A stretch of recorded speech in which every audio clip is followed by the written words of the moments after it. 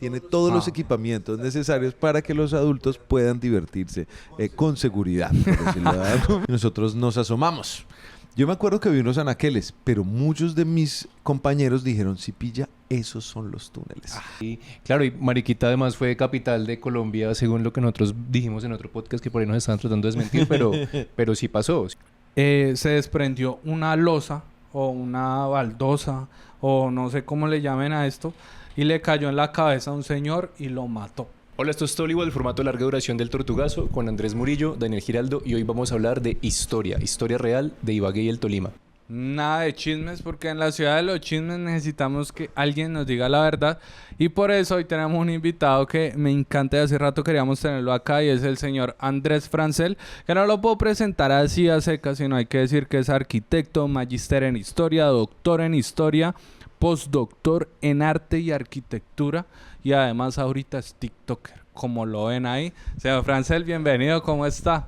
Muy bien, muchísimas gracias por la invitación. Es un sueño estar en Tollywood, Sí. así que para todos aquellos que sienten envidia, no mentiras, muchísimas gracias de verdad, porque estar en estos escenarios pues es precisamente parte de esa buena energía que ustedes han empezado a diseminar por la ciudad y de tantas personas que los seguimos y nos sentimos felices de que hagan un contenido tan bacano. Pero ahora usted es una estrella de la ciudad, Sí, ya esto ya es un hit. prepárense porque los que no conocen a Francel, de verdad que yo todo el mundo lo conozco, le digo al profe Francel, y si no lo conocen, de verdad que le van a coger un gusto por ver un pedazo de ladrillo pegado en la pared, que van a decir, Francel haría ver esto una chimba, y ya van a ver por qué, porque en este episodio, bueno, con la ayuda de Francel vamos a desentrañar cosas que uno tiene en la cabeza que ha visto de la ciudad, sobre todo de sitios, y que Francel nos va a ayudar a ver su origen, a ver por qué pasa esto, ¿sí o no, Daniel? Sí, pues yo estoy aprendiendo bastante con el TikTok del profe Francel, y hoy está acá porque vamos a aprender todos juntos, y aquí los tolimenses que nos ven también van a aprender con nosotros. Bueno, un mito, una leyenda, para que entremos en materia de la ciudad, es la quinta etapa del Jordán. Daniel, ¿usted qué ha escuchado de la quinta etapa del Jordán? En otro episodio de Tollywood nos dieron una teoría que parecía muy real, hasta el momento la había creído, y era que no existía quinta etapa del Jordán porque como la avenida Quinta la atraviesa, entonces era confuso que hubiera la quinta y la quinta, pero no sabemos si es verdad. Yo que he vivido toda la vida en el Jordán, pues me decían que simplemente como que se la robaron, como que habían unos lotes y alguien los compró y no, ¿qué pasó con la...? No, le pusieron los jocobos, los multifamiliares y no sé.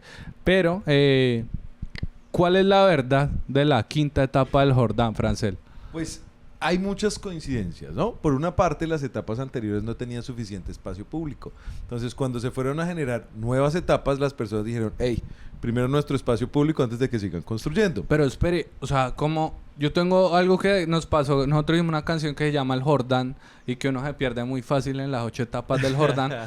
Y Daniel me decía, y yo caí en cuenta de eso, que todas las etapas de la 1 a la tercera, todas tienen parque, casa, casa, parque. Entonces, ¿por qué no tenían espacio público? Uno de las mayores virtudes del Jordán es precisamente eso, que sea cual sea la casa en la que uno vive, está a máximo 50 metros de un espacio público. Sí. Eso es absolutamente un privilegio. Pero resulta que en algunas etapas, principalmente en la primera y en la segunda, no se entregó todo el espacio público necesario. De modo que inclusive se pensó urbanizar esos espacios públicos. El espacio se fue redistribuyendo y en algunos puntos, por ejemplo, hay un parque que es donde está un monumento a Calarcá, que fue un monumento de la resistencia, es decir, eso lo pensaban urbanizar y dijeron, nada, nos vamos a parar aquí firmes y no nos van a urbanizar esto. Pero también se empezó a generar el modelo de multifamiliares, se empezaron a hacer unos experimentos, no funcionó del todo y por eso quedó un espacio de ciudad finalmente congelada, que quedó como retribución, pero también que implicó que luego también se empezó a vender. Es decir, todas las historias por fragmentos hacen parte de una gran historia que arma el rompecabezas. Si alguien me vuelve a preguntar a mí, ¿y la quinta etapa del Jordán? ¿Qué le debo decir yo así concretamente? En concreto, ahí está, es la etapa de multifamiliares. Okay. No se construyó completa, pero ahí está. En teoría, esos son. ¿Cuántas etapas son? ¿11? Son 9. ¿9? Menos mal no fueron más de 12 porque imagínense ustedes ir, lo espero en la 13. No, Todo el no. mundo, aquí la tengo para que me las De des. recocha y ahí para adelante las que Esa es la que quiera. no hubiera existido. Si van a hacer más, que pasen de la 12 a la 14. Sí, más bien. Y Esa hay era. algo muy bello que sucede en el Jordán. Por ejemplo, estar hablando del Jordán es para mí muy importante porque tradicionalmente se nos enseña que la Pobla, Belén, Cádiz, Interlaken. Pero la verdad es que el Jordán tiene unos elementos urbanísticos preciosos. Hay unas de ellas, por ejemplo, en las que no caben carros. Eso es magnífico. Es una ciudad para los peatones. Sí. Y en otras las personas dicen, no, pero es que uno se pierde por esas callejuelas. Pues el propósito es que uno no pueda pasar en carro rápido, sino que tenga que disminuir la velocidad. Ah. Es decir, es una ciudad para los ciudadanos, para los peatones. Ok. Eso es precioso. Oiga, mire que a mí me pareció muy chimba que una vez un domiciliario, o sea, algo que yo creía que estaba mal hecho y dijeron que desorden tan horrendo y es las manzanas. Por ejemplo, yo iba en la 64 y al frente era como la 8. Yo, pero ¿por qué es y tal? Y un domiciliario me dijo, no, vea, me mandó un WhatsApp, es que se me perdió y está organizada y es que es como que van así como tan, una fila y vuelve y arranca ya. Entonces por eso como que uno puede sentir desordenado, pero ellos tienen un mapa con las manzanas. Entonces yo dije, uy, qué chimba, voy a conseguirme ese mapa porque de verdad que sí es bastante útil para ubicarse. Pero ya saben, la quinta etapa del Jordán no existe, existe en nuestros corazones. Bueno, y otro de los temas, Daniel, que me han hablado toda la vida, que yo no sé qué es, todavía no sé si creerlo, es la falla geológica de la carrera quinta. ¿Usted ha escuchado algo de eso, Daniel? Yo he escuchado que una falla geológica que está debajo de Ibagué y que en cualquier momento por alguna situación como una erupción del Machín haría que Ibagué se vaya como un hueco. Pues es que si explota el Machín, lo de menos es la falla geológica y ya morimos de plano. Pero sí, yo me acuerdo que de chiquito ahí mi mamá llevándome al colegio en Los Arrayanes me decía, mire papito, ¿qué hay en la falla geológica? Yo ni siquiera sé qué es una falla geológica hasta ahora. Pero ¿es eso cierto? ¿Hay algo ahí, Andrés? Sí, hay muchas fallas, evidentemente, que cruzan nuestro territorio, es decir, puntos donde se encuentran algunas placas tectónicas, ¿cierto? O mini placas que hacen parte, digamos, de unas placas mayores. Y evidentemente por Ibagué hay muchas de ellas. Sin embargo, la gravedad de cada una de esto que denominamos nosotros fallas depende de los estudios microsísmicos pues, que se hacen cuando se va a construir. Entonces, como que realmente no hay nada absolutamente grave, pero también es muy bonito dentro de nuestra narrativa local tener esas historias apocalípticas, Sí, ¿no? sí, Saber sí. que toca que aprovechar cada minuto de nuestra existencia porque en cualquier momento se puede quedar Ibagué. Sí, ¿no? Y ha pasado que las calles se abren y se comen un carro de la basura. Mi mamá, sí, esa es la falla geológica de la pola, de la cesta. Y yo, o sea, a la gente le gusta inventar vainas, pero está chévere eso. Pero yo creo que la falla geológica de Ibagué una falla no es geológica, sino sociológica, porque a nosotros lo que nos va a hundir es votar mal y seguir así como vamos. Eso es lo que nos va a hundir y nos va a acabar. La falla está en las elecciones. Sí. La falla está en lo que elegimos. Esa es la falla está aquí, muchachos. Sí, Bueno, muchos de esos huecos que se generan en las calles realmente son por problemas de drenaje, es decir, se rompe algún tubo del acueducto o del alcantarillado, no nos damos cuenta, eso va socavando la arena, la arcilla, y cuando nos damos cuenta, pues evidentemente ya hay un socavón, entonces parece que sí, que fuera una puerta al infierno, pero la verdad ha sido una falla de administración. Yo pregunto, porque por ejemplo yo me acuerdo que yendo para Payande hay como unas vainas de cemento, o sea, el piso de cemento. Y yo digo, claro, acá pasaban camiones y todos los días. ¿Por qué no hacen eso en la ciudad? O sea, una duda que tengo. No es más barato que estar reparchando eso cada 2 años y decir, yo pavimenté, no sé qué, y tener a los muchachos tapahuecos ahí, tape huecos cada 15 días, porque me imagino que por eso usted dice, vuelve y abre el hueco. Esas losas de concreto son muy útiles, inclusive por toda la ferrocarril, Eso. creo que todavía Sí. quedan algunas. Sí, sí. Hay algo, por ejemplo, que le disgusta a algunas personas y es el sonido constante que impide saber si uno está pinchado o no está pinchado. Como que ahí genera una pequeña Así como confusión. este sonido. Pero la verdad es que la resistencia es tremenda, ¿no? Puede haber otro tipo de intereses en una renovación constante, pues, de las vías, ¿cierto? Y allí está, digamos, lo O sea, que ¿puede dice ser más caro Andrés. o qué? ¿O es puro chanchullo? Digámoslo así. Pues la verdad es que es muy duradero la placa en concreto. Yo creo que se deberían también hacer más, pero cada vez, si hablamos a nivel sonoro y a nivel de comodidad, pues obviamente el asfalto es magnífico. Pero si estamos pensando en reducir los costos, en tratar de que sigamos avanzando un poquito más sin necesidad de estar pavimentando constantemente, pues deberíamos hacer ese tipo de estrategias. Sí, o sea, a largo plazo sería una mejor opción las placas. Concreto para Ibagué. Ya no importa que eso suene, yo prefiero que suene a que se partan ahí los rines de los carros y las motos ahí pasando. Pero bueno, ahí ya tenemos una buena opción. El señor Andrés Francel, como yo les decía, es TikToker. De hecho, aplaudo que gente como él, académicos, se tomen la tarea de buscar la manera de contarle a la gente en redes sociales, con su lenguaje, con su dialecto, con todas las estrategias que uno pueda llegar. Él estuvo hablando de un sitio en la ciudad muy icónico que se llama Las Casadas. Así que yo quise hoy preguntarle, Daniel, por la 15 con estrella. Starcho. Estar cómodos también le dicen. Star Plus. Star Plus también le dicen ahora. Estoy suscrito a Star Plus. La estrella de la felicidad. Bueno, tiene un montón de apodos. ¿Ustedes cómo le dicen? Pero usted ¿qué sabe de este sitio que está ahí en la 15 con primera? Con primera, La 15 con exactamente. estrella, como le dicen. La 15 con estrella. Es un lugar importantísimo, porque evidentemente estamos en un punto en donde está la plaza de mercado, está muy cerca la estación del ferrocarril o la terminal de transportes y es el lugar que dirige hacia la vía al Nevado. Y además está muy cerquita de la Clínica Tolima, es decir, tiene todos los equipamientos necesarios para que los adultos puedan divertirse con seguridad. Por decirlo de algún modo. Punto estratégico. No, y además Punto allá al estratégico lado para el calorcito. queda Chapicentro. Chapicentro, fue el primer claro. centro comercial de la ciudad. El primero fue el pasaje Ramírez como centro comercial, pero realmente la Loma de Chapinero fue el espacio en donde llegaban las mercancías que venían precisamente del eje cafetero. Entonces, si uno quiere entenderlo como ese gran centro comercial, puede entenderlo de ese modo. Mejor. El primero fue el Ramírez. En resumen, Starcho lo tiene todo. Starcho lo Le tiene todo, falta está más marketing, configurado. diría yo, que lo estamos haciendo acá. Profe, ¿en qué momento un lugar como Starcho es considerado un patrimonio histórico de la ciudad? O sea, en este momento no, pero en algún momento podría ser considerado. Sí, hay muchas características, por ejemplo, como las casadas. Uno puede pasar y ver que esa casita allí como que no tiene mucho valor, pero la verdad es que tiene las características desde tiempos coloniales. Sí. Entonces, es toda una maravilla. Que de pronto no le guste o no le guste el uso que tiene la construcción. Es diferente, pero hace parte de la memoria. Por ejemplo, esos centros lúdicos para adultos, como yo les digo, realmente nos hablan de cómo una ciudad se adapta a las circunstancias. Si alguien llega a una ciudad, lo primero que busca es comer y divertirse, Sí. ¿cierto?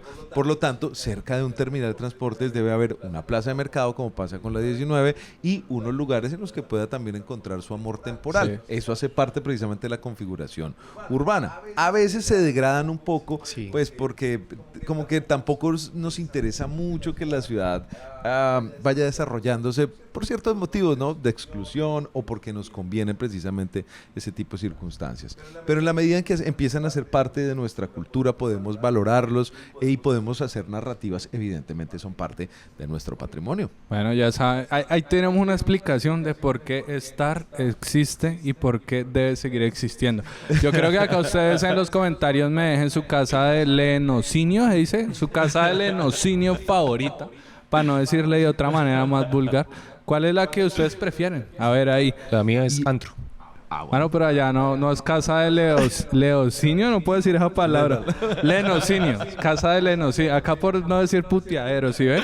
Mejor dicho. Y vea que hay algo también importante ahí en Starcho, y es que si lo ponemos a nivel histórico hacia los años 70, cuando se desarrollan los 9º Juegos Nacionales en Ibagué, se remodela toda la avenida 15 y queda pues del espacio o las dimensiones Con actuales. parqueadero esa vaina.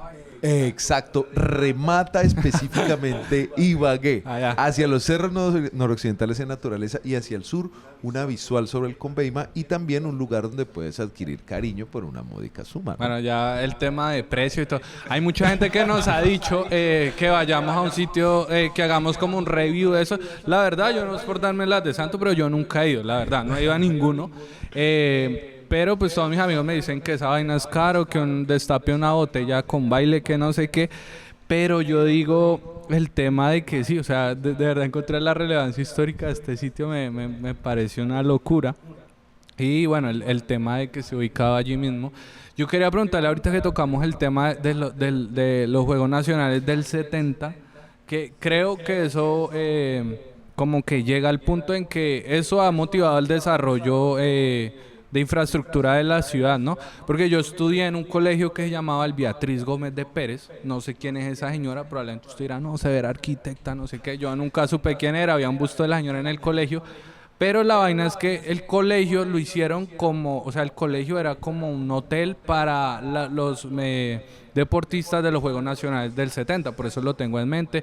Sé que el parque deportivo también tuvo, como, no sé si se creó en esa época o tal, pero me parece curioso porque hace poco estuvimos cerca de pegar otro impulso en infraestructura y nos quedamos ahí.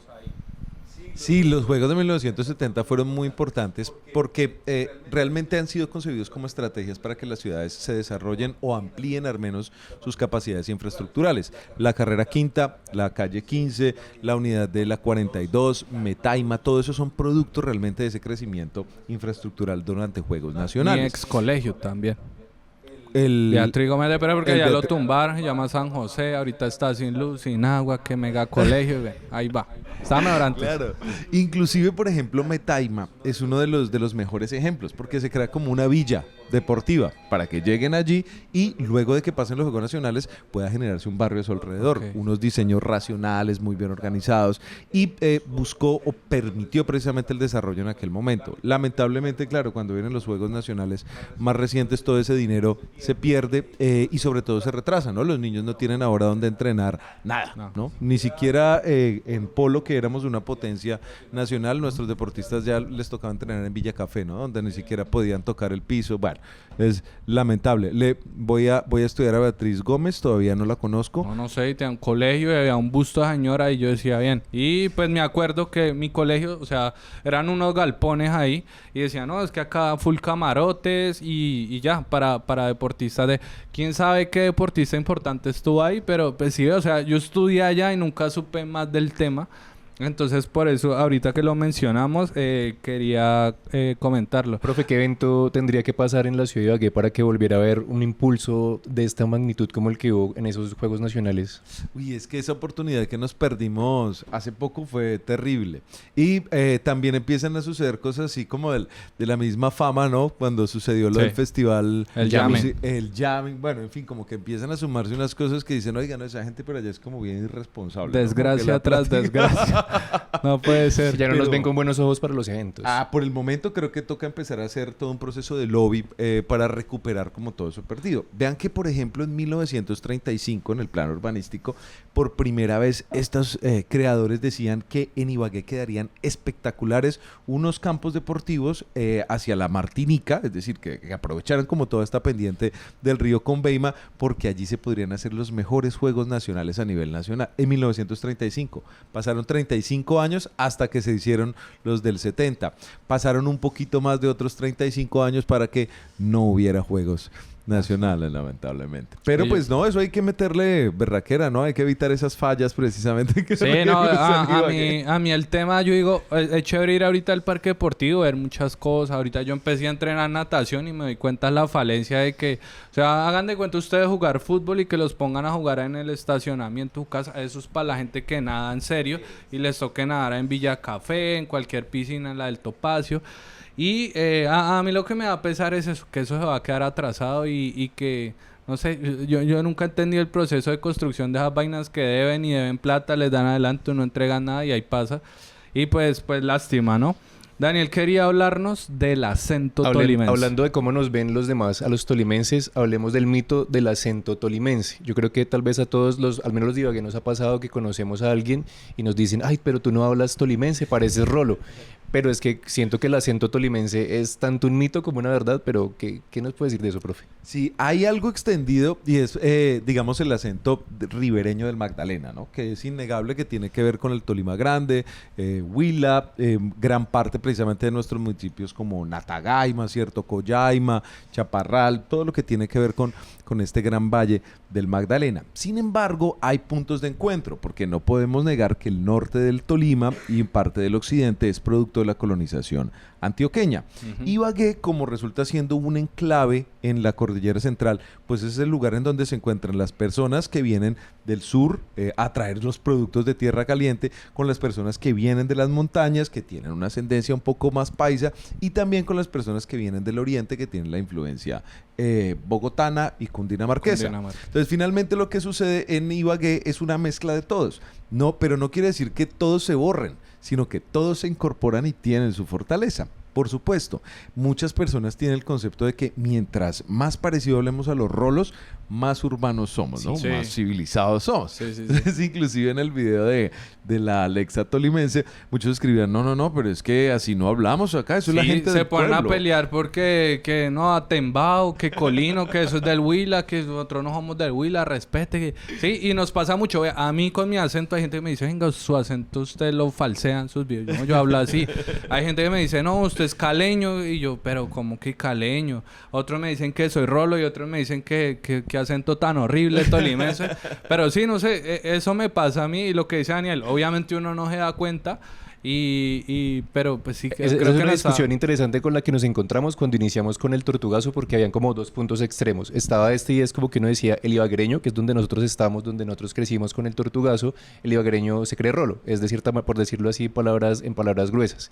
Pero cuando los medios de comunicación iban a hablar de lo que es tolimense, hablaban del folclore, del hablado y uno se encuentra en un punto intermedio que uno no es así. Es decir, uno es lo que tú dices, una mixtura de cosas, pero sigue siendo un mito porque uno en redes, cuando publica algo, están los que pelean porque, ay, nosotros no hablamos así, nosotros no hablamos arrastrados, y están los que dicen, no, es que eso no es tolimense, el tolimense habla así, tiene que comer el tamal así, tiene que comer la lechona así, tiene que tomar esto, pero digamos que la verdad es que somos un punto intermedio, ¿no? Sí, Oiga, no, qué inclusive chimba eso. es cierto que uno mismo se da cuenta, ¿cierto? Teniendo su acento tolimense, hay personas que lo tienen más fuerte, otras que lo tienen más suave, otros lo tienen más apaisado, ¿cierto? Sí. Es decir, es una variedad. Lo que pasa es que en los grandes medios, pues obviamente se necesita reforzar alguna característica. Entonces, cuando hablamos de Meterio y Felipe, si ellos le pusieran el acento muy suavecito al final, pues no va a ser notorio, ¿no? Entonces, tiene que hacerlo fuerte. Exagerarlo. Exacto, hay que exagerarlo un poquito. Y si uno quiere que se reconozca, pues obviamente también hay que cantarlo, alargarlo un poco. Claro, imagínese a Celio hablando, oye, mi perro, estoy cansado, si no pegaría. No, mire que a mí me pasó ayer, estaba con Tim. Tim es sueco, sí, es sueco. Y él trabaja acá y me compró un sombrero y yo lo saludé, me encontré afuera un parqueadero y lo primero que me dijo, no, así como estoy hablando me lo dijo, no, es que el man de ahí me está pidiendo y es que yo le pague eso. Y yo, parce, yo le dije, tío, usted tiene mucho acento tolimense, ¿dónde está hablando, dónde está aprendiendo a hablar? Y pues me parece curioso porque obviamente le ha pegado él trabaja en construcción, me imagino que trabajará con muchos obreros, de ahí se le habrá pegado el acento, pero es chistoso eso, ¿no? Porque sí, digamos que uno se encuentra como en una crisis de identidad, que algo que hicimos en el Tortugazo es eso, y atacar esas vainas de que nosotros somos de Ibagué y del Tolima y somos de esta manera, no somos ni como lo pintaron los medios tradicionales toda la vida. Yo no soy Celio, ni tampoco soy un ser sin cara, sin identidad, que soy de Bogotá y soy hincha de Millonarios, no. Entonces, pues está chévere esa explicación de que Ibagué como centro de todo ahí, como lo que hablamos ahorita, que está en la meseta de Ibagué, es como el punto central de donde llega el del Líbano, que habla bien paisa, el de Cajamarca también son muy paisas, los del sur que tiran más su acento huilense, por así decirlo, del Gran Tolima, y los del oriente que vienen de Melgar, de Icononso, que pues pueden estar más ligados a la cultura de Cundinamarca. Mira, ahí está, vean, sí, ahí vamos encontrando respuestas a nuestras crisis de identidad, muchachos. A mí hay algo que me gusta ahí también fortalecer, y es que tradicionalmente, al estar muy cerca de Bogotá, pues esto nos ha brindado muchos beneficios, ¿cierto?, de solucionar grandes problemas al tener una capital. Pero también ha funcionado un poco en contra, en el sentido de sentir como que nuestra identidad es menor que la de Bogotá o la de otros lados. Y cuando rescatamos, así como lo hacen ustedes, palabras como guámbito, ¿cierto?, chimbilá, bueno, nuestras expresiones, lo que estamos haciendo es reafirmarnos como somos. Si se nos regó el tamal, pues ¿qué más quiere que se nos riegue? Una lechona, una bandeja paisa, pues no, se nos va a regar es el tamal porque somos de acá, ¿no? Entonces es como un poco también de sentirnos contentos, No, es que de lo que somos. Imagina un tolimense diciendo, páseme ese esfero. No, un lapicero. Sí, en comunicación, que es nuestra área de trabajo, esto lo conocemos con lo local, que es la combinación entre la globalización y la cultura local, que nosotros la llamamos cultura pop tolimense, y es que hay elementos muy de cultura popular, tanto de lo tolimense como lo globalizado, como decir, digamos, nuestras camisetas, la de lechona mezclada con Nirvana, que es una banda localizada, porque nos nutrimos de ambas cosas y somos eso, y está cool. Es cierto, y es maravilloso lo que hace. Porque ser tolimense es cool. Es es cool. Bueno, y ya que estamos hablando de Ibagué, de nuestra raíz, Francel, ¿qué tan común es el café, los cultivos de café históricamente en la ciudad? Fundamentales. Inclusive, la Universidad del Tolima, antes de ser Universidad del Tolima, fue unos campos de café. Sí, ¿en serio? La hacienda de la Guadaleja precisamente se desarrolló a través de una fuente hídrica en la que se cultivaba café. Y el desarrollo que hemos tenido a nivel nacional ha sido basado en el café. En la actualidad cada vez es más complejo por el calentamiento global, ¿no? Entonces hay que subir la cota para cultivar café, pero sigue siendo fundamental. Inclusive la Universidad del Tolima tiene un laboratorio de cafés especiales. Ah, no maravilloso. sabía. Hablando de cafés especiales, hoy tenemos cafecito para amenizar esta charla. Café de especialidad de Ósmosis. Vean que es nuestro patrocinador oficial. Y yo le decía, nos hizo el daño porque uno aprendía a tomar café especial, a valorar el trabajo que hacen en los procesos de lavado y de toda la vaina de producción del café, y ya no puede tomar café comercial, que eso le sabe feo. Oiga, pero otra lastimosamente. especialidad de Osmosis es el waffle pan de yuca, que es lo que estamos comiendo acá, invitando al profe a comer, porque es que hablar es chimba, pero toca comer y echar cafecito para eso. También este waffle pan de yuca tienen que probarlo, es una cosa espectacular. ¿Lo ha probado, profe, este? Sí, mi esposa es una de las fans de Ósmosis, mis bueno. niños.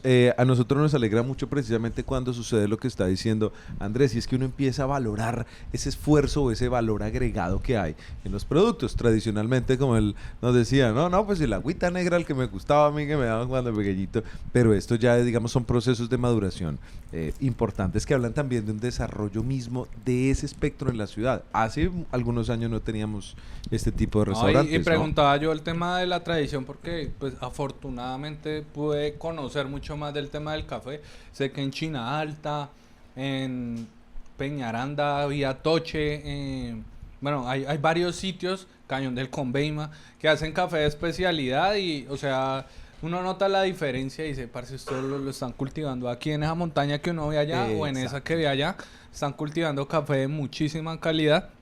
Que bueno, hoy gracias a Osmosis podemos probar. Y si no saben dónde queda, queda como al frente de Rayanes. ¿Cómo se llama esa zona donde está Osmosis? Niza Norte. Niza Niza Norte. Ese barrio, que ese nombre... Está muy bien, Niza Norte. No, lo que... pero parece que un arquitecto rolo por allá le Sí, puso el sí, nombre y ya. Isa. Sí, hay algo y es que esa esquina, pues es la unión de varios barrios, ¿no? Está la unión de los arrayanes, que son un tipo de árboles también muy bellos a nivel local. Está Sí. Cutucumay, que es el nombre del río de oro. Siempre que escuchamos algo que termina en i, eso es río. Sí, Entonces, por o sea, ejemplo, cuando Gualí, ¿cierto? Pulí, ahí hay río. Uy, qué Cutucumá datazo y ese. el río de oro dentro de O sea, la entonces, lengua indígena. Cutucumá significa río. Y es lo que significa finalmente río. Y el cutucucú es de lugar, ¿cierto? Du de Oro. agua. Exacto. Y entre ellos se empieza a configurar el río de oro. Ok. Muy buen dato. Todos los cosas tienen explicación acá.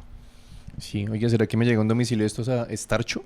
Porque después de la explicación del profe, pues como que aguanta ir a hacer la labor histórica de ir a... Pero no, porque hay una panadería, ¿no? O sea, pues digo, si no quiere comer rico, sí, pero según nos dijo él, ¿Comer eso, qué? eso lo hicieron estratégicamente para que le quede... Si va para el hospital, llegue rápido, necesita comprar unos tenis chiviados ahí en Chapinero. Yo me imagino ahora cuando pillen a cualquier persona en Estarcho sacando el video del profe Francel diciendo es que este es un lugar estratégico para la historia de la ciudad. Estoy haciendo un recorrido histórico por sitios de la ciudad, no es por otra No podemos cosa. dejar perder este lugar. Claro, y lo es, evidentemente, lo es. Es fundamental para el crecimiento de nuestra ciudad, ¿no? Bueno, salud por el cafecito de Ibagué. Me imagino donde se despertará el boga, así como en el video del profe Francel y empezará a ver compra-venta el boga. Calzoncillos el boga. Es que ahí está debe haberse una venta de chicharrón que se llame el boga. Debe haber un Sí. grupo de brujos que se llame el Boga. Los boga. Sí, los los bogarts. Boga. Sí. Daría con buenas regalías el hombre, ¿no? Por Sí. ese nombre. Profe, ¿por qué tan importante el boga para los ibaguereños? A mi juicio es muy bello lo que logró Julio Fajardo, el escultor. Y fue tomar una persona que había sido esclavizada por los españoles para abogar por el río Magdalena, para navegar, y que se libera, ¿no? Y que ahora está orgullosa ahí en pleno centro de Ibagué. Es fantástico. Y también porque marca un momento en que se denomina el indigenismo. Es decir, un tipo de arte que tomó las tradiciones americanas, porque estamos hablando desde el norte de América hasta el sur, y en nuestro caso pues toma el boga, ese símbolo precisamente del remero por el Magdalena, que está con pleno orgullo allí en uno de los edificios más importantes del centro de Ibagué, que es el del Banco de la República. Entonces es un símbolo muy potente, ¿no? Para sentirse uno precisamente fuerte. ¿Quién era el boga? O sea, ¿en qué se inspiró Julio Fajardo Sí. para hacerlo? Los bogas, pues evidentemente eran remeros indígenas por el Magdalena, ¿no? Que se encargaban de transportar mercancías. Cuando llega la colonia hispánica o la conquista, estas personas son esclavizadas y se dedican a pasar toda su vida por el río Magdalena, a distribuir mercancías. Eso hacía que, si tratamos de pensar en la persona que hay detrás de ese oficio, no pudieran tener familia, ¿cierto? No pudieran tener amigos, sino simplemente dedicados a estar trasegando por el río. Este tipo de personaje, cierto, que ya lo estamos viendo, pues que es una persona allí excluida, segregada, viene a ser ahora el protagonista de Julio Fajardo, es decir, un tipo que nos lo pone más como de un modo heroico, ¿no? Yo me libero de esta esclavitud de remar y ahora lo que hago es transportar unas ideas que son ideas estéticas, históricas. Es muy bello ese. Es una muy linda. Tengo una pregunta, digamos, y lo importante es por la situación, por la época y el espacio que ocupa el boga en la ciudad, donde todo el mundo lo ve, es un espacio muy central. Si ahí hubieran puesto otro personaje, no sé, una bailarina, un chamán, una muchacha de Cristo, escarcho, sí, una virgen. ¿no estaríamos tan adeptos al boga sino a otro personaje? ¿O Sí, qué opinas? es muy probable. Además, porque la fuerza de la institución, el Banco de la República, pues eso es muy importante. Y que el Banco de la República decida elegir un símbolo indígena también habla de un momento muy especial. Y también que el mismo Banco de la República ha tenido en muy buen estado de conservación la escultura. Hay otras que sabemos que están más deterioradas. Por ejemplo, si uno mira en las fachadas del Banco de la República, va a encontrar que en los balconcitos hay unos avioncitos del Tolima, es decir, son figuras indígenas que están allí ensambladas. Eso pues obviamente es de una fortaleza total. Y es cierto, por su ubicación estratégica, por la importancia de su escultor, por el estado de mantenimiento, por la visibilidad, pues obviamente, y por el color, ¿no? El color también es fundamental porque es bastante singular en el centro de la Después ciudad. del boga, ¿cuáles otras esculturas son así de simbólicas e importantes para nosotros? A de las mi que hay en la ciudad? juicio, la Casica de Ulima. Sí, Esa es también- la que hace poco tuvo un problema con unos chicos que la querían limpiar y lo que estaban haciendo, Dejar los pues pies en de- su desconocimiento eran maltratar la obra, ¿sí? Sí, ella es la misma. Allí hay, digamos, como una fusión entre dos características. Uno, el término Dulima, que quiere decir tierra del hielo, o sea, la zona de los nevados, el Parque Nacional Natural de los Nevados, e Ivanasca, que sería la diosa de las nieves y las Ivanasca, tormentas. sí, estoy seguro que he visto una banda, una clínica Una y panadería, panadería de una Ivanasca. panadería. Yo siempre no he Exacto. probado el pan de allá, pero no sé por el solo nombre, siento que tiene que saber rico si no están haciendo algo mal. Ojalá que así sea y hay que probarlo. Sí, porque se llama Ivanasca tradicional. Yo me imagino un pan, una chimba así, pero pues bueno, no sé. Sí, porque es el símbolo también de la mujer que no se arrodilla ante los españoles y es quemada pues en la hoguera, en plena plaza pública. Es también otro símbolo muy potente. Pero hay muchas realmente por toda la ciudad. Está también el monumento a la raza Pijao en la 19, al que lamentablemente le ponen pantaloncillos ahí para que lance, pañales, de todo. Sí. Pero también por su misma ubicación, ¿cierto? Porque no está incorporada en un edificio, de pronto no tenemos tanta relevancia, siendo obras que son magníficas. Y por toda la ciudad realmente hay obras muy bellas. Ah, bueno, no, y es lo que hablaba que creo que la magia de esto, y es dejar de ver algo cotidiano como una estatua ahí que yo paso y la veo o algo, sino de uno preguntarse y ser curioso quién es el boga, por qué llama el boga, Dulima, porque está ahí. Sí, no sé, o sea, como que creo que la idea es despertar un poquito la curiosidad por todas las cosas que uno ve todos los días y probablemente tengan una historia bien chévere que uno no se pregunta, porque creo que monumentos acá hay muchos. O sea, si uno se pone a pensar, o sea, por su camino al trabajo siempre va a haber alguna estatua o monumento. Profe, me gustaría hablar de la lechona, del marrano, como símbolo identitario del Tolima y de la ciudad. Digamos, al nivel del boga, de que está desde hace mucho tiempo, la lechona se ha vuelto, o sea, es la mascota del Deportes Tolima, ya mucha gente lo usa como nombre de su equipo deportivo. ¿Cómo puede uno equiparar o comparar la importancia como símbolo de algo como el boga a algo como un marrano. Claro, y Que es, además más, está que es más el- actual, es más contemporáneo. Está creo. el cántico, ¿no? De yo soy lechona y tengo aguante. Eso es muy bello, de verdad. Porque implica precisamente que tomamos una tradición culinaria, bueno, que también tiene que ver con la alimentación del cerdo, con su cuidado, todo el asunto, y la convertimos en parte de nuestra identidad. Solo hay una lechona verdadera, y es la lechona que se produce sin arroz, como la campaña que han hecho ustedes también desde Maravilloso. hace algún tiempo. Lo firmo siempre. Y eso hace parte también de la herencia hispánica, ¿no? No podemos olvidarnos de los jamones ibéricos, ¿cierto? Que nos dicen que comen solo determinado tipo de bellotas, es decir, o sea, son mimados. Nuestros cerditos también, en la medida en que se va perfeccionando y internacionalizando el plato, pues son también cerditos gourmet, ¿no? Que ahora, bueno, hay una versión también de esos cerdos que sacaron inteligencia artificial sobre las mascotas de los diversos equipos y salía uno épico, ¡wow! Sí. Siempre Buenísimo, es- ¿no? Lo hizo bien ahí la inteligencia artificial. Sí, lo hizo muy bien. Y también, precisamente, ese proceso de fabricación nos habla de nuestra historia. ¿Por qué la lechona tolimense no tiene arroz? Porque antes de 1940 en el Tolima no se cultivaba arroz. Es decir, Muchachos, game over. este dato es historia pura. Muchas gracias, ya tengo un argumento. Pásenme una bibliografía, un TikTok para yo. Mire lo que dijo Francel cuando dejó rolos, porque muchachos, de verdad que todos los días me mandan un video. Mire, este muchacho chef hizo una lechona con arroz, dígale que no. Y me encanta. Pero bueno, yo digo que está ahí como en esa campaña que nosotros hemos llevado a cabo como para rescatar nuestra identidad, que la gente tenga algo por qué sentirse identificada. Y vea, pero ¿por qué antes de 1940 no había arroz? Y uno pregunta, ¿no? El Tolima, puro arroz, arroceros de toda la vida. ¿Qué pasó en el 1940? Resulta que a comienzos del siglo XX llegaron los salesianos y ellos fueron convocados a nivel nacional con una idea esencial y era posibilitar el desarrollo industrial del país. Entonces ellos empezaron a experimentar con diversos cultivos, cuáles podrían pegar en diversos lugares. Pero antes de que se empezara a hacer esa experimentación, los cultivos digamos que no eran tan extensivos como tenemos en la actualidad. Inclusive el café sí ya había ganado, por supuesto, mucho mayor crecimiento. El plátano, que inclusive era perseguido en tiempos coloniales, ¿no? Hay unos escritos en los que se lee que el país deberían desplatalizarlo, porque las personas se volvían vagas, porque no trabajaban y la naturaleza les daba frutos.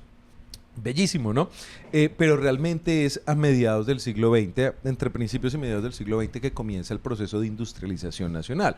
Y el arroz es realmente un producto derivado de la industrialización. Entonces, ya todos estos campos que conocemos en Ibagué, en Espinal, en Purificación, bueno, son producto precisamente de mitad del siglo XX. Lo que quiere decir que antes de mediados del siglo XX, lo más popular era realmente el maíz, que es nuestra tradición. Lo mismo el tamal, ¿no? Sí. Ahora hay muchos tamales con arrocito y pues están bien, ¿no? Pero realmente es una masita de maíz. Inclusive en cada municipio hay algunos que les ponen arrocito y todo está bien. Sin embargo, dentro, digamos, la cultura gastronómica lechonera, meterle arroz es como rendirlo, ¿no? Sí, como, sí. es más un calentado, un estofado, que realmente es una lechona, ¿no? Un calentado de arvejas, le digo yo. Es que esa vaina es puro arroz, muchachos. Yo no sé por qué dejan meter eso. Y además se osan de decir, ay, es que es más rico con arroz. Y uno, ay, eso es calentado, muchachos. No puede ser. Pero es que sí existen las lechonas con arroz, solo que la tolimense no es. La tolimense. Yo creo que el problema es ese. Y es que la gente... O sea, a mí me molesta es que diga... Típica lechona tolimense por allá en Bogotá, en el barrio Restrepo, Claro, yo no sé. Y que usted diga, uy, qué chimba, invitar a alguien que diga, le va a mostrar algo de mi tierra. Y uno vaya y vea, y no es. Obviamente eso es para molestarse, para emputarse, para decirle, señora, la lechona no lleva arroz, la lechona tolimense. Porque también nos han llegado en estos años de confrontación, porque sí es una confrontación que tenemos. Nos dicen, no, pero es que mi abuelita es de Natagaima o de no sé dónde, de por allá Río Blanco, y allá la hacen como en Ehuila con arroz. En el Líbano con arroz, pues que en el Líbano hablan paisa con todo respeto, ¿no? ¿Qué va a esperar? Entonces, sí, como que volvemos al tema de que Ibagué es un punto central, esto que nos está contando de la implementación, perdón, de los cultivos de arroz en los años 40 y pues en otros lados tendrán su receta, ¿no? Pero la original no lleva arroz. Y hay una paradoja ahí que también es fantástica, ¿no? Que inclusive es la misma de la ciudad musical. Y es porque la fortaleza más grande de los cultivos de arroz está en el corazón del Tolima, es decir, en Espinal, Guamo, Puri, ¿cierto? Y es precisamente allí donde no lleva arroz. Lo que nos convoca nuevamente a ese momento que es un producto posterior a la lechona original. Obviamente luego se expande, adquiere nuevas recetas, como cuando hablamos de los tamales en cualquier otra geografía mundial, pero pues obviamente el tamal tolimense es el campeón, ¿no? Sí. Humildemente. Bueno, no, ya nos queda un dato histórico de por qué la lechona tolimense no lleva arroz. Y no venga acá un rolo a comentar que sí le gusta más. Bueno, ya usted verá si embute calentado, pero no diga que son el lechona tolimense. Que además, ojito, porque en un ranking que hizo una página de foodies, la lechona tolimense es el plato hecho con carne de cerdo. Es el mejor plato, está de primeras ahí. Por algo será, muchachos. Por algo no está la changua ni la bandeja paisa. La lechona primero. Además es importante también, la lechona no es grasa, ¿no? La lechona tolimense es light. Si esa lechona está grasosa, no es lechona tolimense. Tiene que estar jugosa, ¿cierto? Pero no puede ser. La lechona es fitness. Es fitness, absolutamente fitness. Sí, Excelente dato nutricional. Ya, sin arroz y fitness. ¿Qué más le piden a la vida? Eso nos resume a nosotros como tolimenses. Ricos y jugosos. No, mentira, no. Y saludables. Profe, ya que tocó usted el tema del tamal, desenredemos el origen del tamal. Yo amo los tamales, yo comería tamal todos los días, el tamal me da razones de vivir. ¿Cuál es el origen del tamal? Mucha gente se pregunta, ¿quién se inventó meter todas esas cosas dentro de una hoja de plátano, una hoja de cachaco creo que es, y ponerlo a calentar? ¿Cómo se explica el origen de un plato así? Sí, ese es un plato común en toda Latinoamérica, ¿no? Inclusive el nombre de tamal es un nombre náhuatl, o sea, mexicano. Sí. Probablemente porque ya ahí empieza uno a entrar en unos momentos insondables en que no hay documentos suficientes para asegurarlo, pero probablemente como se llega primero a las Antillas, luego a México y luego se va conquistando el resto de América, el nombre empieza a ser trasladado y adoptado en diferentes lugares. En nuestro caso, el tamalito tolimense tiene una particularidad y es su confección. Él es un bultico, ¿no? Sí. El nombre o el término tupí-guaraní más cercano es el de ayaca, que ayaca sí quiere decir literalmente bultico. Como un dummy de tamal. Es un dummy No, de pero, tamal. o sea, Es con un- la invasión que hemos tenido, la migración, se llama eso cuando viene, de gente del vecino país, ahora es que salgan a quitar, así como los rolos le quieren echar arroz a la lechona, estos manes quieren hallacas tolimenses. Ojito ahí, no, así no se puede. Y entonces el nuestro tiene la particularidad es que el moñito viene arriba, mientras que los demás tamalitos suelen ser horizontales, rectangulares, inclusive el tamal, el envueltico original es como los tamales mexicanos, ¿no? Que son así como nuestros envueltos, pero pues saladitos, con cositas adentro. Y es muy sencillo y también muy creativo y muy ecológico, ¿no? Yo tomo una hoja grande, le pongo masita de maíz, adentro le pongo mi proteína, ¿cierto? Lo que quiero ponerle de saborcito y me voy a trabajar y con ello pues tengo comida suficiente para todo el día. Entonces, digamos que eso es como en términos generales el origen Era del muy eficiente, tamalito. ¿no? Fácil de armar, fácil de transportar, fácil de llevar de un lado para Lo otro. que dice ecológico desde antes de... No mal, está pet friendly. Yo creo que es ese tamal. Una variante del tamal en el norte del Tolima es el fiambre. En Falan estuvimos comiendo. Y yo siento que es como un tamal, pero sin la masa de maíz. Es como... o sea, tiene arroz y tiene como todos sus ingredientes ahí cocinados. Uy, pero... Delicioso. Ah, bueno, en Ortega también lo comimos en la cascada de los dioses de Talarco. Pero no tienen el maíz, pero es muy parecido. Y también es como el desvare de la gente en el campo, como yo echo fiambre y como cuando me dé hambre.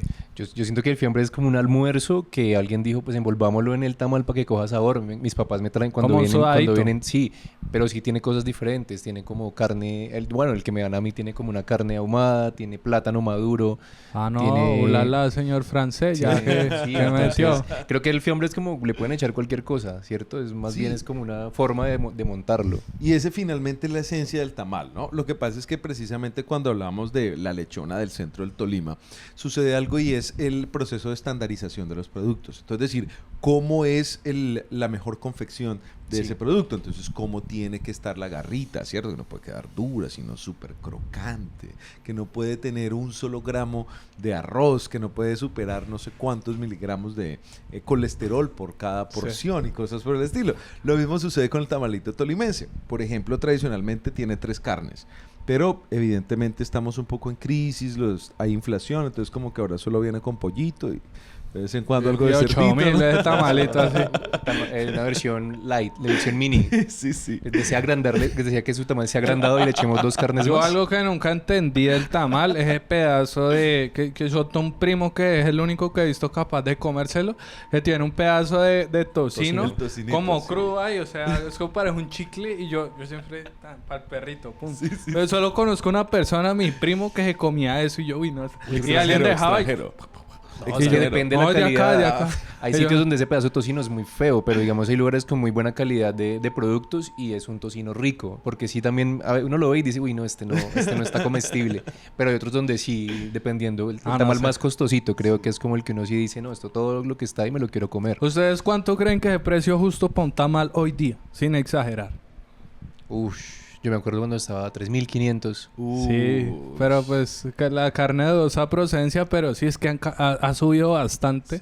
Y el tamal es, pues como que lo chimba del tamal es que sirve absolutamente para todo. Desayuno, almuerzo, comida, 11, unos 15, un matrimonio, un velorio. Se métale un tamal y le alegra la vida. Era que no creo que alguien diga, uy, no, es que ahorita me cae pesado. No, se lo come, o sea, a cualquier Lo hora puede del meter día. al congelador, lo calienta fácil, lo saca y lo calienta en el horno microondas o lo calienta en el baño María. Creo que una cosa que extrañaba cuando estuve viviendo fuera del país un tiempo y era que acordándome, yo decía, ay, marica, en Ibagué voy a encontrar un tamal en cada esquina, porque Sí. en todas las panaderías hay tamales. Es como la comida rápida por excelencia de la ciudad, más barato que un perro caliente, más barato que una hamburguesa. Sí, y también hay un proceso experimental fantástico, ¿no? Que es llevar a otro nivel la gastronomía tolimense, que es la fusión del tamal con copete. Eso sí ya es otro nivel, ¿no? Yo me acuerdo que una vez expusimos el término tamal con copete y la gente no sabía que era un tamal con copete. Y yo como que,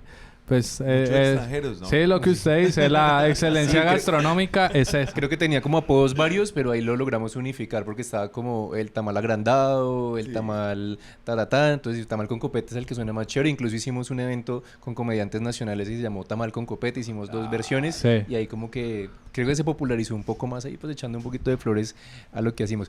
Yo tengo una discusión ahí como para que la conversemos. Digamos, ¿en qué momento la cultura, digamos, los símbolos se actualizan, por decir? O sea, yo estoy seguro, para mí, que el tamal tolimense tiene arrocito, el tamal que se usa hoy en día, el que uno puede encontrar en Don Floro, que es de pronto el lugar más popular de tamales, los que me gusta comprar a mí, y en todos lados tiene arroz.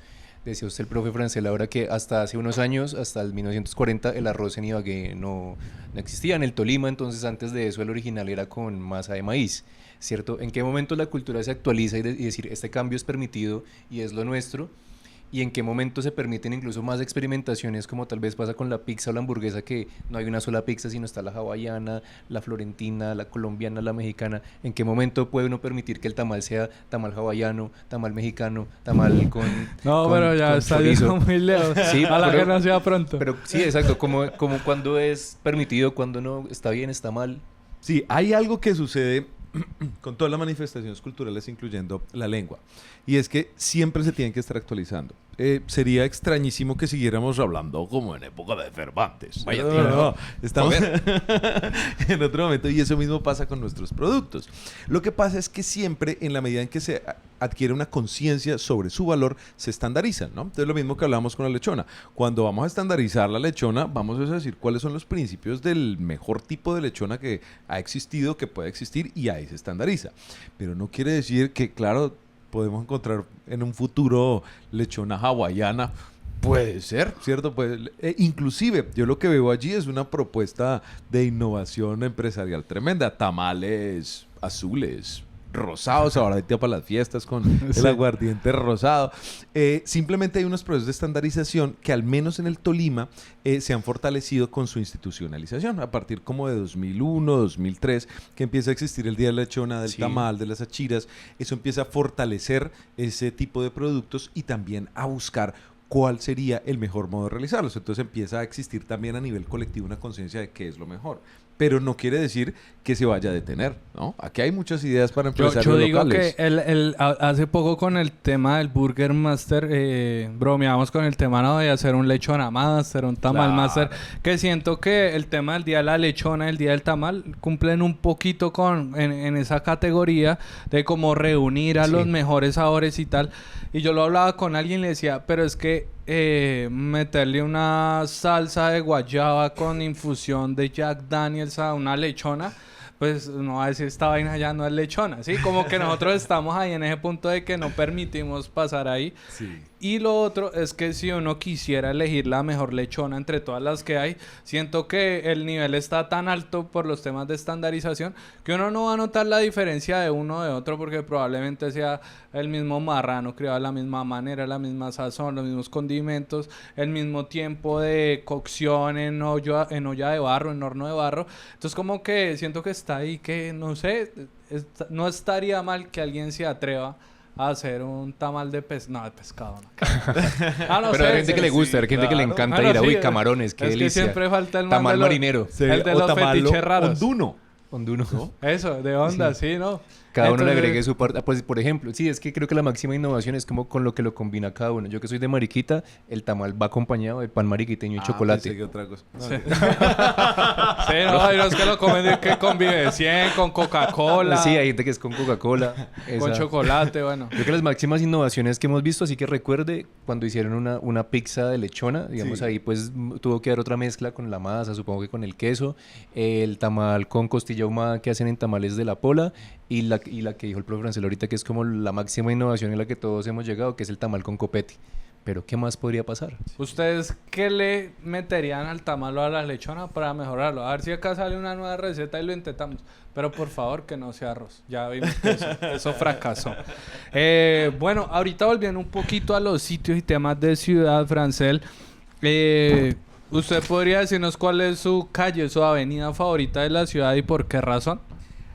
Yo creo, bueno, hay muchos lugares, ¿no? Uno siempre está repleto de recuerdos hermosos y de vivencias inolvidables, pero a mí creo que la que más me gusta, la que me parece más fascinante, más arriesgada es la Guavinal, porque es muy Concuerdo. sinuosa, ¿no? Está muy llena de naturaleza, siempre Sí. está uno como atento a ver qué paisaje nuevo se va a encontrar. Eso me gusta mucho realmente de A la ver, qué hueco Guavinal. nuevo hay. Sí, eso pasa mucho. Pero hablemos un poquito de cómo le ponen nombres, además de la quinta, que es como la quinta es un número, la Guavinal. ¿Qué son las guavinas o los guaviales o de dónde sale ese nombre? Sí, ese nombre es un poco misterioso realmente en Colombia, porque la Guavinal no es solo del Tolima. ¿Qué es la guavina? ¿Un música o un árbol o qué? Por un lado es un aire musical y un baile que se estandariza, pero cuando se busca el origen de qué es guavina o guavinal, pues empieza a haber, por ejemplo, lugares que sean más o menos como pantanosos o un tipo de pececito que le dicen en los llanos orientales o inclusive una reunión de personas en algún lugar. En medio de esos varios significados queda uno absolutamente perdido. Pero se acuerdan que ahorita decíamos que si algo termina con I, nos está hablando de agua, ¿no? Sí. Entonces si uno habla de guaví, quiere decir, ahí hay agua. Pues resulta que eso era una quebrada. Y Ok. la avenida Guavinal está en la actualidad sobre esa quebrada. Sí. Entonces estamos hablando sobre un espacio húmedo que se fusiona finalmente con Guavina, con Guavinal, pero a mi juicio por la misma topografía quiere decir que eso era un humedal y eso es lo que nos está diciendo el nombre de Guaví, que luego viene con Guavinal, con todo esto. A mí lo que más me gusta de la Guavinal es que tiene poquitos semáforos y, o sea, siento que es la vía rápida de la ciudad, ¿no? Sí. Porque la ferrocarril a veces se congestiona mucho, pero la Guavinal fue un derechito y allá llegó. La Pedro Tafur, aquí el señor Francel hizo un TikTok y yo decía, ¿quién es Pedro Tafur? por qué se llama así, recuérdenoslo, y si no, pues también pueden ver más ampliamente el tema en el TikTok, en el video que André Francel hizo. Sí, Pedro Tafur fue un ingeniero civil, estudió en el Colegio San Luis Gonzaga, era descendiente de inmigrantes libaneses, luego se fue a estudiar a la Universidad Nacional de Colombia y estuvo promoviendo el desarrollo de la avenida Pedro Tafur o calle 83. Pero, o sea, él le puso dijo, yo a Jerez lo voy a poner Pedro Tafur, egocéntrico don Pedro, o luego en homenaje le pusieron. En homenaje lo hicieron. Sí, él realmente se muere joven, se muere hacia el 88, se muere con 50 años, realmente. Y el gremio, pues, de tolimense, tanto de ingenieros como de arquitectos y de políticos, porque fue alguien también muy activo dentro de todo este proceso de gestión política de la infraestructura, pues deciden en homenaje a la labor que el hombre hizo para que durante 1970 se comunicara Ibagué con el parque deportivo. Se le puso en honor ese... Bueno, el tan mentado Pedro Tafur, que yo digo que sí, como la genialidad, como lo describe Francel, me imagino que era una pepa en su tiempo. Hoy debería estar, como dicen, debe estar revolcándose en su tumba viendo esos trancones que hacen. Me imagino que él hizo eso y dijo, no, en 10 años ya sometemos acá a la calle 103, conectamos la ciudadela Simón Bolívar con el Salado y vea, estamos igual que en el 88. El 70. En el 70, cuando la hicieron. Hoy en día es una avenida de amores y odios, dependiendo qué tanto afán tenga uno por cruzarla. Sí, faltan muchas obras complementarias, ¿no? Porque, pues, lamentablemente quedó ahogada, no hay por dónde salir. También implica, por ejemplo, que el río Opia, que es el que nace allí, digamos, en el Champañat, pues finalmente se piensa hacer una avenida que también lo afectaría. Bueno, creo que sabemos que las obras recientemente han tenido bastantes problemas para su realización, pero sigue estando muy ahogada. Realmente no hay por dónde coger y ese es el problema. Claro, y barrios que quedan como encerrados, como Ciudad Luz, que solo por así sale y entra por ahí, sino queda encerrado. O Villa Café, que bueno, está ahí, pero pues como que es... Sí, es difícil el paso. Profe, la avenida Ferrocarril, ¿por qué se llama así y por qué no hay un ferrocarril ahí? Sí, pues esa es parte de las obras donde uno observa la influencia de las políticas nacionales sobre las políticas locales. Cuando va a llegar el tren a Ibagué hacia 1918 empiezan a hacerse las obras y se busca cuál sería el mejor lugar para conectar con Ibagué. Hacen el terminal en un lugar en el que quedaba lejos. Por allá todavía no había llegado Ibagué, hacen el terminal allá y se va construyendo la vía y tiene una particularidad y es que para que los ferrocarriles pudieran pasar por allí, la pendiente tiene que ser homogénea y muy suave. Entonces, si uno quiere salir a pedalear en Ibagué y es Buñuelo, el mejor lugar es la avenida del ferrocarril. Pues, porque va a llegar hasta el centro, pero no la va a sentir. No tiene un desnivel ascendente. Exacto, es muy suavecito, es perfecto. Es decir, por eso allá también hay un bicicarril, que bueno, ahorita vamos a hablar de eso. Exacto. Y entonces resulta que hacia 1960 comienza, bueno, en Colombia comienza alrededor de los 40 y 50 y es como empezar a planear las ciudades, pero ya concentradas en el fenómeno del automóvil. Y precisamente hacia el 60 y 70 en Ibagué se decide pues que ya como no hay ferrocarril, ahora va a ser una avenida. Y eso sucede pues porque obviamente también hay un cambio de paradigma. Ahora lo que quieren los Estados Unidos es vender automóviles y vender gasolina. Entonces, ¿qué cuento ya de ferrocarriles? Toda esa plática que se había invertido en el siglo XIX y XX se perdió. O sea, en Ibagué no hubo ferrocarril, sino estaban haciendo la obra para que pasara. No, sí llegó. El ferrocarril llegó. Lo que pasa es que el sueño del ferrocarril no era solo que llegara a Ibagué, sino que realmente el propósito era conectar Bogotá con Buenaventura. Entonces, el ferrocarril del Tolima era solo un pasito para conectar con el ferrocarril del Quindío y de ahí llegar, pero eso nunca se llegó. Sin embargo, ahí están los túneles de Boquerón, exactamente. Y la línea, lo que nosotros denominamos la línea, es una reunión de varias cosas. Uno, la línea del ferrocarril que nunca llegó hacia allá, la línea del páramo, que es la que cruza el páramo del Quindío, y también la línea, la línea de división entre el Quindío y el Tolima. O sea, son 3 líneas que se unen y que el ferrocarril... Eso me responde la pregunta porque eso se llama la línea si en realidad es una curva. Sí. Ya pude salir de esa duda. Y también hay un sitio importante de relevancia histórica en Picaleña que era la estación del tren. O sea, ahí llega el tren o qué, un poquito de ese ahí es sitio. donde primero llega. O sea, el ferrocarril va llegando, como decimos, el propósito es unir Bogotá con las costas. Ese es el corazón. Entonces, cada 10 kilómetros más o menos se va ubicando una estación del ferrocarril. Inclusive Chicoral es producto de la estación del ferrocarril. Picaleña es producto de la estación del ferrocarril. Donde iba llegando una estación del ferrocarril, pues las personas empezaban a llegar para vender sus productos, para buscar algún tipo de comercio. Y luego el propósito pues está que también iba hacia Buenos Aires y llega la estación de Picaleña. Luego se empalmaría con la estación de la 19 en Ibagué, que sí se empalmó, que sí llegó, pero nunca llegó, fue hasta el otro lugar.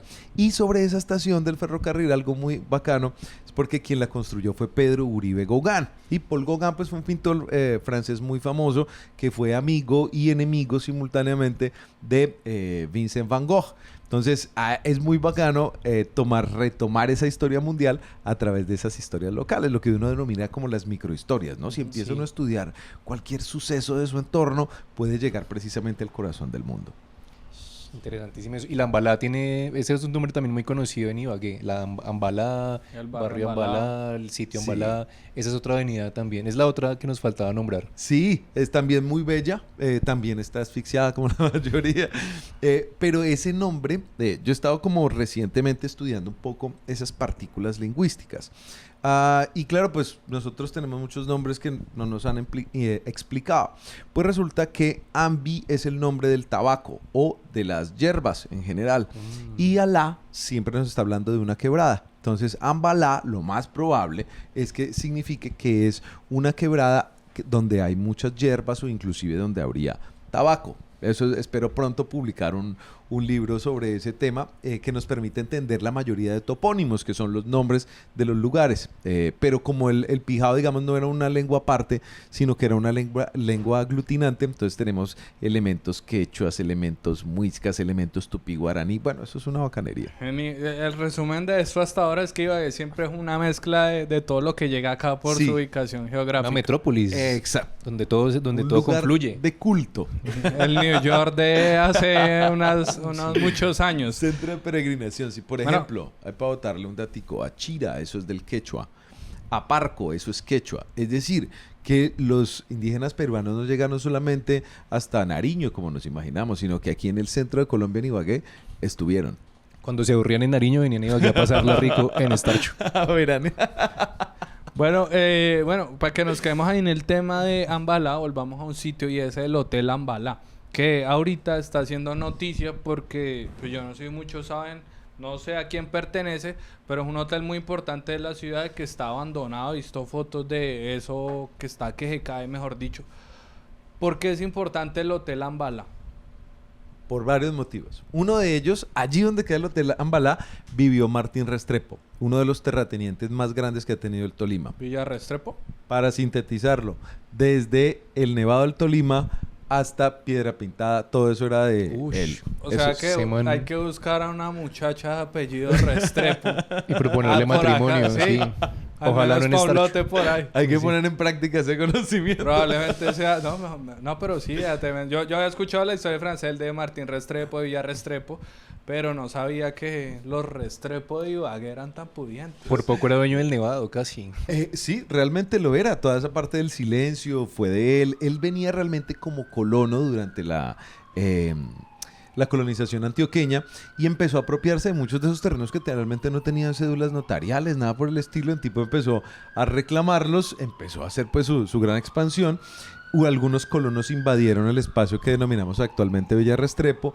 El barrio del Restrepo también fue por algunas personas que invadieron sus terrenos. Es decir, era un tipo poderosísimo realmente. Y tenía una de sus casas, ¿no? Pero pues digamos la mejor ubicada era allí en plena 11 entre tercera y segunda.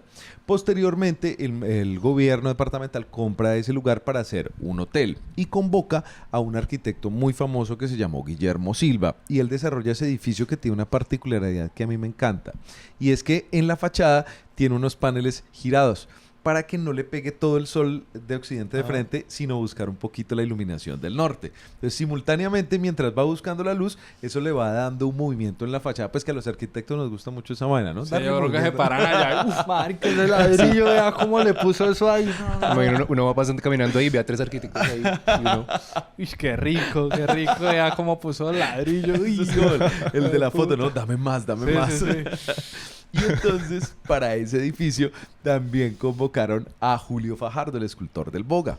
Entonces, cuando uno ve los balaustres, que son los elementos verticales de las barandas, allí hay unas figuritas indígenas preciosas. Y al interior también hay varias obras pictóricas y escultóricas de Julio Fajardo, incluyendo una fuente, apenas uno ingresa, una fuente en roca con algunos elementos en cerámica tradicionales preciosos. Y el edificio, pues cuando tengamos la posibilidad de volver a entrar, vamos a ver que parece que no tuviera ni siquiera columnas, como que es un espacio así fluido, lleno de luz para la realización de eventos. Es realmente muy bello, un espacio que se hizo como dentro de ese mismo momento del indigenismo, ¿no? Toma muchos elementos indígenas, los incorpora allí y se vuelve un orgullo, ¿no?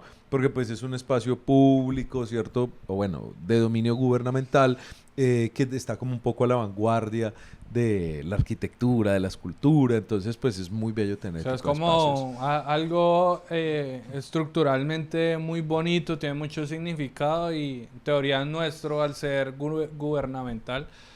Pero ¿por qué lo dejaron morir tanto? O si sabes algo que pasó, porque lo que yo sé es que se está cayendo y que ahorita están mirando quién lo rescata, si lo compra que una cadena de hoteles esta o la otra. Sí, o sea, ¿por qué lo dejaron caer como está? Yo fui como hace 2 años y pues yo no lo vi realmente tan deteriorado. No sé si puede que en 2 años se haya Yo vi deteriorado una foto demasiado. de así como la fachada vuelta a nada, bueno, la fachada no, interiores vueltos nada y la piscina así vuelta a nada. Ah, también. bueno, eso sí, pues ni modo, porque eso sí se empieza a llenar todo. Pero no la estaba verdad, funcionando, o sea, estaba fuera de servicio. estaba fuera de servicio. Pero ¿qué por pasó? muchos años. Se acabó como el contrato que tenían allí. Bueno, hay algunas cosas que evidentemente ninguno de nosotros sabe, que habrá de pronto escuchado algún rumor, pero pues que yo sepa algo con certeza, no. Sí tenía algunas patologías en las columnas, o sea, se notaba que había algunas grietas, todo esto.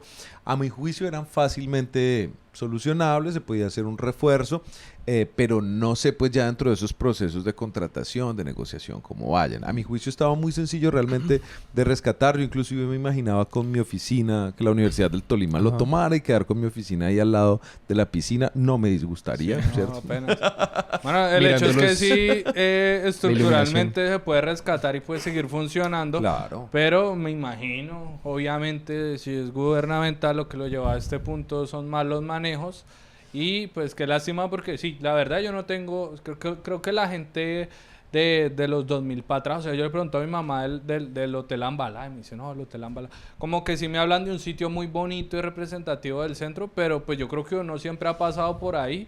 Y sabe que allá lo de los pasaportes para acá la visa irse de acá rápido y no más nunca me pregunta. Y eso que es al Hotel frente, ni Amba. siquiera es ahí, Sí, ¿sabes? Sí. No, o el parqueadero que hay ahí, bueno, no sé, o sea, nunca lo tomamos. Debe ser el lugar más importante que pasa más desapercibido, o uno de ellos, en el centro de la ciudad. Supongo que pasa mucho con las cosas que están a cargo del Estado, ¿no? Los procesos no son lo suficientemente ágiles como con la empresa privada y entonces por falta de voluntad política y por falta de procesos pensados a largo plazo, porque como cada 4 años estamos cambiando dirigentes, entonces procesos como esos quedan ahí, como que nadie se va a poner la 10 a rescatarlo porque se mete en un embrollo y no le interesa lo suficiente, entonces queda, sí, es como lo que dicen, todo lo que está a cargo del Estado, como que...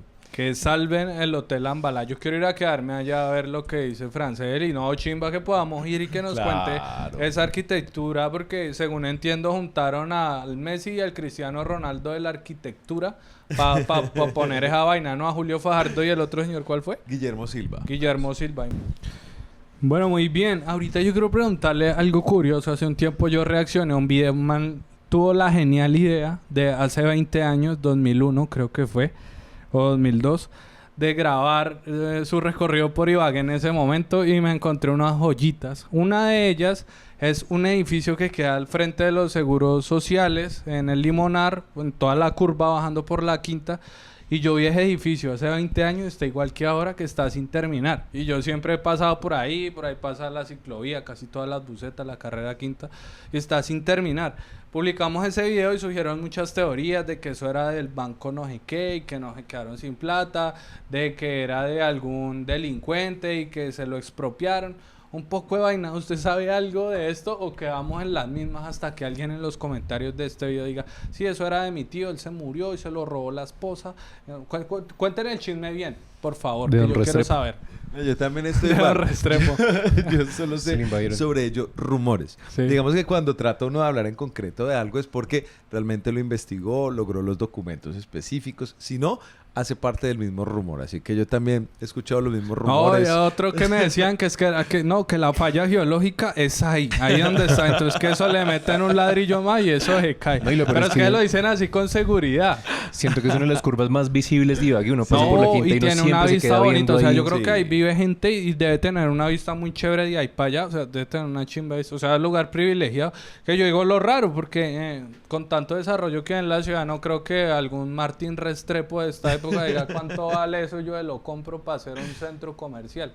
Pero sí, raro, ¿no? Raro que dejen abandonado eso porque, pues, económicamente es como un descalabre bravo y 20 años, ¿no? Sí, además que no es la única obra arquitectónica con problemas en Ibagué, no, muchas personas inclusive han sido estafadas en las construcciones, así que también es importante como dar un consejo que siempre esté uno pendiente, cuál es la fiducia, que sepa que está consignando en el lugar, porque a veces se consigna directamente hacia un constructor, pero esta persona empieza a manejar el dinero como si fuera suyo, ¿cierto? Sí. Y no de la construcción, entonces siempre es muy importante tener en cuenta todo eso de la fiducia, que se esté consignando directamente al banco, porque uno puede creer que está consignando al banco o la fiducia y realmente lo que está haciendo es consignar una cuenta privada. Oiga, no, me da un poquito de nostalgia, envidia, no sé cómo llamarlo, del señor Restrepo, Martín Restrepo. Yo me imagino como que yo coja acá, venga, salgan de acá que esto es mío.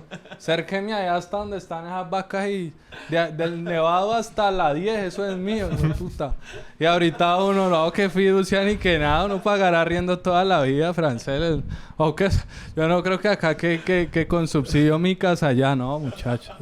Está difícil, está difícil. Inclusive, Belén era de Martín Restrepo No, y de Claudio Martín, no. Que aparezca acá un Restrepo y me regale un lotecito por ahí de esos que venden. No se vende, no se arrienda, no se alquila, no se permuta. Eso debe ser de algún Restrepo y no lo quiere soltar. Los lotes por los que pasó el ferrocarril en Ibagué desde Picaleña hasta la estación del ferrocarril o calle 19 eran de Martín Restrepo. Ah, ok, crack, La Martín hacienda de la Restrepo. Guadaleja era de la familia Restrepo. La Es decir, definición de impresionante. latifundista Martín Restrepo. Esos Pero de los impresionante, Esos la Restrepo verdad. ya deben estar viviendo en Europa, ya se tuvieron que haber ido, vendido Sí, todo ¿no? eso y los Restrepo, todos ya deben estar Qué por allá lejos. chimba, no, Restrepo. La conclusión que tenemos de ese edificio entonces es que quedó en obra gris y no sabemos qué pasó con eso. Sí, Que al alguien menos nos diga, nosotros no. que alguien sepa el Que alguien chismecito. me diga. Hay gente que dice que Ibagué está en obra gris. Sí, es un ejemplo. ¿Y será por Me eso, hizo profe? acordar que en estos días estaban de moda unos videos sobre Limaquistán, bueno, como le estaban diciendo a Ciudad de Lima. Sí, claro, sí, ¿no? sí. Uy. ¿Sabes que hay videos que uno ve eso y, muchachos, no hay un árbol? Sí, porque es una zona desértica. Sí. Entonces, pues obviamente ellos tienen unos jardines muy lindos en la ciudad, pero eso les cuesta mucho dinero mantenerlos, porque ok. es un desierto originalmente. Entonces, claro, a veces hay mucha crueldad con eso, ¿no? Como eso de que Ibagué está en obra Ah, pero gris. no, yo prefiero Ibagué que Lima no huela un droncito y de árboles de la primera, segunda y tercera etapa. O sea, por acá, o sea, este sector donde estamos detrás de Arcacentro, de aquí para abajo todo eso era un parque hasta Bosque Largo. O sea, pudiera ser el Central Park ibaguereño, sí, hace unos años, pero yo ahí saco mi perrita al parque y digo qué chimba y hay loritos y hay un montón Y de ya pájaros. bolsita y todo. Sí, no, eso es importante, pero si es severo parque, yo digo qué chimba vivir aquí y tener esto, porque si no me imagino en esos ambientes tan hostiles que yo creo que la arquitectura también debe tener en cuenta. Profe, hablando de que Ibagué está en obra gris, hay un mito que nos contaron la comunidad de nosotros del Tortugazo, que son los tolimenses, en el grupo que tenemos con ellos, y era sobre los túneles, que eran como túneles que supuestamente quedaron inacabados y que probablemente estén en los colegios San Simón, el Liceo Nacional, que se conectan entre sí, o Yo dicen había que hay escuchado unos... que eran tiempos de conquista, colonia, y que eran como túneles de escape, y no sé qué, yo me imagino Game of Thrones así como los túneles de Castle y Rock y no sé qué. Y probablemente como buenos tolimenses lo que hicieron fue dejarlos ahí a la mitad, no se sabe. O que hay unos En debajo obra gris. del Centenario La Brigada. ¿Qué tan cierto es que existen estos túneles? Qué crueldad. Sí, pues todos son mitos urbanos. Casi no me gusta hablar del tema para, su mirada, sé que usted sabe algo y no quiere decirlo. para no Eso me va a romper tocar hacer. corazones. Que tiene ¿no? la oficina ya en un túnel de esos y no nos quiere contar. Pero resulta que hay una tradición, y esta es una tradición que si bien es más antigua, adquiere un momento muy relevante en la Edad Media. Creo que todos recordaremos el Carmina Burana de Karorf, que es el prum, prum, prum, prum, que a veces algunos lo conocen como la Sinfonía de la Destrucción. Sí, sí, bueno, sí. En fin. Como el apocalipsis. Exacto. Pues resulta que eso está basado en los Carminas, que son unos poemas medievales, y había una tradición, y era que los monjes y las monjas a veces utilizaban algunos momentos de catarsis para verse en las partes inferiores de los monasterios y cantarse algunos poemas eróticos y así balancear un poco sus existencias célibes. Eso conduce a que en los lugares en los que hay colegios masculinos y femeninos se reproduzca el mito de los túneles. Entonces, ¿entre dónde va a haber túneles?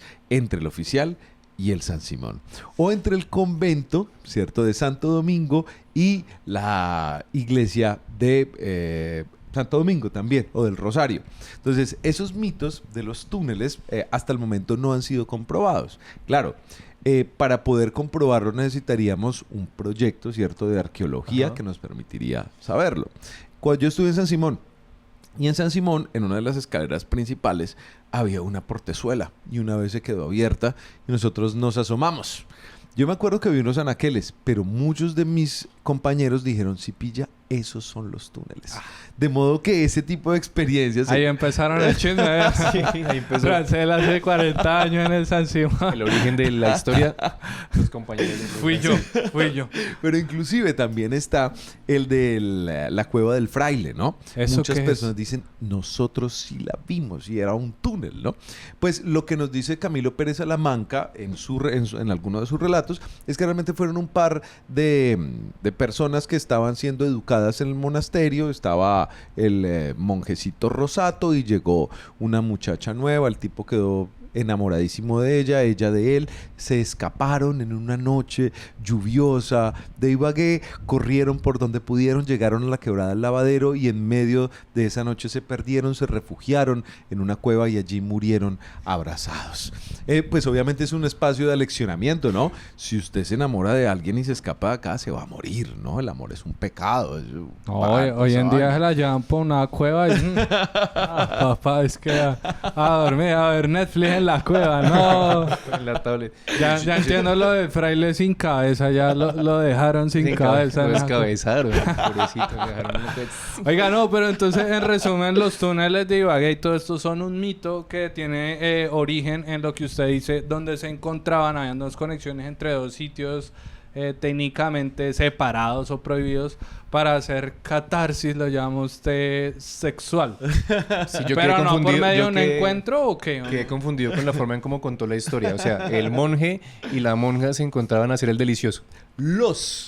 O sea, sí, como... Una Es orgía, decir, era- además. O sea, no eran dos, sino eran varios. Encuentros multitudinarios. Ah, no, pero es que esos Hay que túneles ser- no pero siempre deberían es ser humano. un mito, sino una realidad, propongo yo. Sí, es Esas que fiestas buenas de inclusive, esa época. si uno lee, por ejemplo, la literatura griega y romana, pues eso está lleno de una cantidad de experiencias que luego el cristianismo estandarizó, ¿no? O sea, que solo era hombre con hombre, mujer con mujer Sí, y el sí, mismo sí. amor en el sentido contrario. O sea, y acá lo vemos como algo gracioso, pero en esa literatura es bastante normal, ¿no? Pero entonces, los túneles, no sabemos si realmente existen o no. Para que nadie quede con el corazón roto. Tendríamos que hacer unos proyectos realmente arqueológicos para poder determinar la presencia o no de O esos sea, ahí habría túneles. que excavar y toda la vaina. Ok. Bueno, ya en nuestra comunidad de tolimenses también nos hicieron la pregunta de si Ibagué había sido fundada en Cajamarca. Ya sabemos que, bueno, nos contaba ahorita antes de grabar que probablemente no. ¿Por qué? La tesis tradicional es que Ibagué fue fundada en Cajamarca, porque se habla de la tierra de Anaima en las crónicas coloniales. Sin embargo, hacia 2012 Floriberto Cardona sacó una tesis y es que Ibagué fue fundada en Alvarado, en un lugar que se llama La Picota, que sí es una meseta, porque la crónica colonial dice era un lugar caliente, de árboles chaparros y había una meseta. Pero Cajamarca no es caliente, no hay árboles chaparros y no hay ninguna meseta, Allá ¿cierto? lo que hay es frujo, lulo, aguacate y, Arracachito. y Y un peaje. frío. Y el peaje. Entonces, cuando uno le aplica las lógicas hidrográficas, se puede imaginar claro. Venimos de Alvarado, a López de Galarza lo hacen mover la ciudad de allá. El tipo tiene que irse buscando otro lugar. ¿Por dónde lo va a hacer? Pues buscando el río Alvarado. Va a llegar allí en Ambalá, donde nace el río Alvarado. Quiere seguir hacia adelante, sigue por el río Chipalo, llegó a la 10 con Quinta. Tiene que coger a la izquierda y no hay otro lugar para fundarlo que donde está. Y dijo, no, esto es de Martín Restrepo, muchachos. Ya estaba Martín Restrepo ahí, bueno, cobrándole arriendo. No puede ser. Pero bueno, allá no vamos a tener la crisis si somos cajamarquivagueños o qué, No, porque pero sabemos que es de acá. Ahora somos alvaradibaguereños. No, vamos restrepunos ya. Sí, ya. Más bien. Pero ¿saben qué es lo bonito de eso? ¿Recuerdan ustedes esta película de Estudio Ghibli que es el Castillo Vagabundo o el Castillo Errante, como se quiera denominar? Pues Ibagué es un nombre que se traslada, se transporta, ¿no? O sea, a López de Galarza le dicen, quíteme esa ciudad de ahí porque usted me invadió mis terrenos. El tipo se echa al hombro un nombre, ¿no? No es literalmente la ciudad, sino un nombre y transporta de algún lugar en el cual haya sido, ¿no? Están al menos estas dos hipótesis y se lo trae para acá. Porque Ibagué quiere decir Iba es arriba, Gui lugar. Es decir, se trajo una meseta o una acrópolis y la puso acá. Porque acá tampoco tenemos la meseta, ¿no? Ajá, sí. Aquí tampoco fue. Y también puede ser de Ibagué. El man vagó. Hasta que dejé de vagar y llegué a donde queda Ibagué. O sea que literal bueno, Ibagué significa gente que está en el top. gente chimba. Gente que está Son a la Hollywood. altura. Lo más top. Oiga, no, y ¿sabe qué me parece curioso con esto de Cajamarca y todo el tema? El otro día subí un video de Toche, que tiene el bosque de palma de cera más grande, más poblado de toda esta tierra, de todo el mundo. Está acá, no es Salento, Cocora, ni no. Es Ibagué, Toche. Y un poco de gente allá que, o sea, de señora, gente que sale de la basura, yo no sé dónde sale. Dice que Toche no es de Ibagué, que eso es Cajamarca, que respete, que usted no sabe, que... Y yo, muchachos, pero es que estoy segurísimo que Ibagué tiene más del 90% de área rural, que es Danta, China Alta, bueno, un montón de sitios. Toche, eso es Ibagué. Lo que pasa es que tenemos la mente tan cerrada que creemos que Ibagué es hasta allí, ni siquiera la Arboleda quieren considerarlo Ibagué, es de la Pola al Salado, ¿no? Ibagué es todo esto. Toche es de Ibagué, ¿no? Nuestro bosque de palma de cera más grande del mundo está acá. Sí, también es un llamado, porque cuando no sentimos que algo es nuestro es por también la imposibilidad de llegar. Muchas veces, por ejemplo, para ir al Machín ni siquiera podemos llegar desde acá, tenemos que hacer la vuelta por Cajamarca. Es decir, la inversión que falta no es solo en la ciudad, sino precisamente también en el campo para poder disfrutar de esas maravillas, ¿no? Sabemos que por allá está ese bosque de cera. ¿Cada cuánto podemos ir a ver esas palmas Complicado. de cera? Pero es cierto, es parte de la falta de acceso que hemos tenido a nuestras maravillas. Y El ustedes tema- en los videos los presentan muy el lindos. tema del café, no estoy seguro. Julián de Osmosis nos contaba que traía vía Toche, traía, es que no recuerdo el nombre de la finca, pero hacia allá se sabía que mantiene caída toda después de los túneles. Traían café de China Alta. Siempre hemos querido ir a China Alta a grabar un video y siempre nos dicen que la vida está horrible, o sea, así está siendo el verano más terrible, hasta para eso, ¿no? Para poder sacar sus productos, porque también está muy cerrado. Yo creo que es lo que nos han metido que Ibagué es de verdad de la Pola hasta el Salado, o sea, mucho Villarrestrepo, Arboleda Campestre, que nos burlamos que primera etapa de Alvarado, pero sí, hay mucha imposibilidad para llegar a muchos sitios y disfrutarlo. Algo que ha pasado, por ejemplo, en San Bernardo, que ya pavimentaron, y la gente cada 8 días va para allá a los miradores, a comer postre en el parque, chorizo y no sé qué, y ya sienten San Bernardo como nuestro. Por eso que usted dice, la posibilidad de llegar hasta allá. Pero muchachos, Toche, bosque de palma de cera, no me canso de decirlo, el más grande del mundo, está acá en Ibagué. Allí a una horita y media van al Machín, van a los termales. Tremendo plan, para que no se tengan que ir lejos para conocerlo. Peñaranda, Tapias, Danta, Eso, sí. Peñaranda, Tapias. Tapias era el café que yo les decía. Hablando de eso, de traer turismo a la ciudad, porque tenemos gastronomía, tenemos folclore, tenemos toda esta naturaleza en nuestra zona rural. ¿Por qué el aeropuerto de Ibagué no vale un peso? Que el otro día una cometa volando hizo devolver al vuelo a Bogotá porque no pueden... Una cometa, un chulo de esos. Probablemente tenía un Spider-Man, yo no sé, una Frozen, es que le ponen... O sea, el diseño más infantil y el piloto ahí no... Permiso para... No, nada, que la cometa no la quitaron. Porque el aeropuerto de Ibagué...